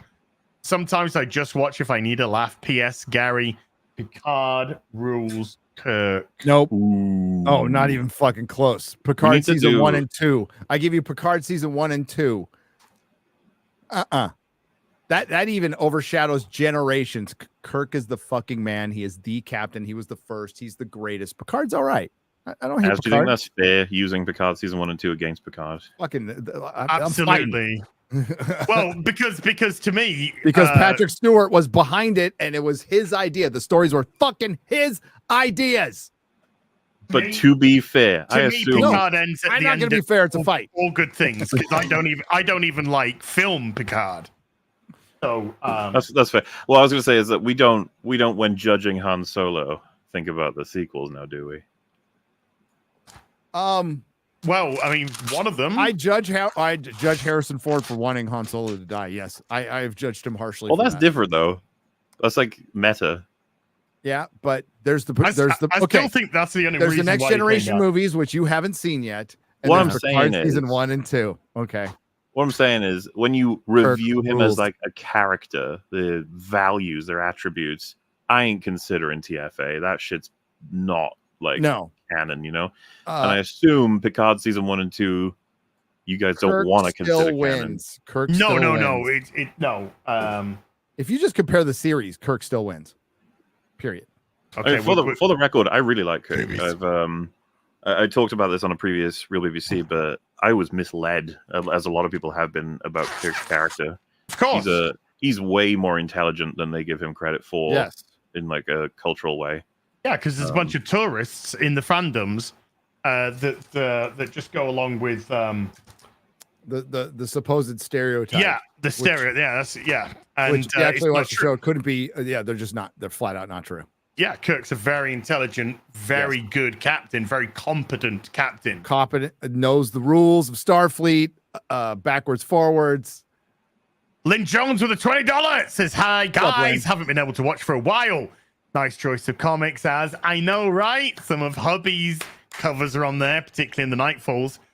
Don't forget about One Step Beyond, Thriller, and Kirk Outer wouldn't have Limits. waited 5 decades to like bang somebody like Crusher, who was obviously into him too, by the way. Just one. Then zoom forward to the 70s and watch Night Gallery. There you go. There's some ideas from Lynn. Night Gallery's so good. So good. Creepy ass show. Who's the best first officer then? Spock. Well, Spock. I was going to say, for me, I don't think anyone's going to beat Spock. He's fucking great. Arguably the best character. I like arguably the most popular character, the best character. I think he's so much fun. Almost every time, whenever they do like we're beaming down, I'm like, they better fucking take Spock. It's always much more fun having fish out of water characters are the best characters. That's why Data was so loved in TNG. He took that role on. I'm not even. That's not even why I love Spock. Like he's usually in more control than most of the characters wherever they go. Like he's often the one that intimidates a lot of the people they come across because he's so casually sort of like able to just dismantle the situation with insight and stuff. It's rare that they have him in a position where he feels vulnerable or weak because that's like his whole point. That's rare. That's And yeah, it's really enjoyable. Like I said, one of my favorite episodes is when he has control over the away team, and it gets pretty stressful, and they don't like his use of logic. I was just like, oh fuck, I could really go for a story like this. Yeah, this is good shit. Yeah, stuff like those are the best type of stories to tell. They tell one like that again, not with Spock, but with another character in TNG. It would be Data then. Nope. Ooh. Mm-hmm. Worf. Yeah. Worf. Because Worf has his own code to go by. Yep. Right. Fucking love Worf, by the way. Gonna smash through a few now because we are getting to that time, folks. Daily dose with a $2 Twilight Zone and Andor plus Arcane for Seafair. There you go. B Chain 315 for the 10 says best Twilight song, Rush, Golden Earring, or television theme. I wouldn't know. Sure. Theme. Another name with a $10 says looking forward to seeing Mauler's thoughts on Garak in DS9. Great character. Yep. My personal favorite character. Yep. Clarence in DS9, that is. Clarence Harrison with a $50 says I appreciate you guys watching this garbage so I don't have to. I'm still trying to figure out why Master Nepotism thought Master Squid Game couldn't be spared from the academy when he was clearly teaching the remedial class. No. Niku Yasha with a $50. Hail you massives. Have you guys seen Theory's skit of Anakin telling Palpatine about the witches? Yes. Also, there is only one canon that matters, and that's Schlurpo canon. Schlurpo canon. Schlurpo tier. Yeah. Schlurpo tier. Josh Kelsey dropping a 20. Sorry, Molly, go on. Just that video from Theory. The thing I loved about it the most was the random looks he kept making Palpatine give Anakin, like the weird sort of just off-screen looks he would have at him. Because obviously it's like making fun of the actual scene, but just dude, I love all the EFAPs, but your last one is top tier when you're talking about John Campea breaking down the different tiers of canon, different tiers of canon, and then saying canon doesn't matter. Oh, shut up. Oh my fucking god, that video was so fucking terrible. Shut up. Shut up, you stupid slag. Legalize Adulthood with a 20 gifted. Thank you, Legalize Adulthood. Massive thank you. And Legalize Adulthood with a Hondo. I was watching Bowles Trek review of the last alive? What episode? I don't know. He okay? Somebody do a wellness check on him. I don't want to know what his blood pressure is when he's doing these videos because even I'm watching them going, oh my.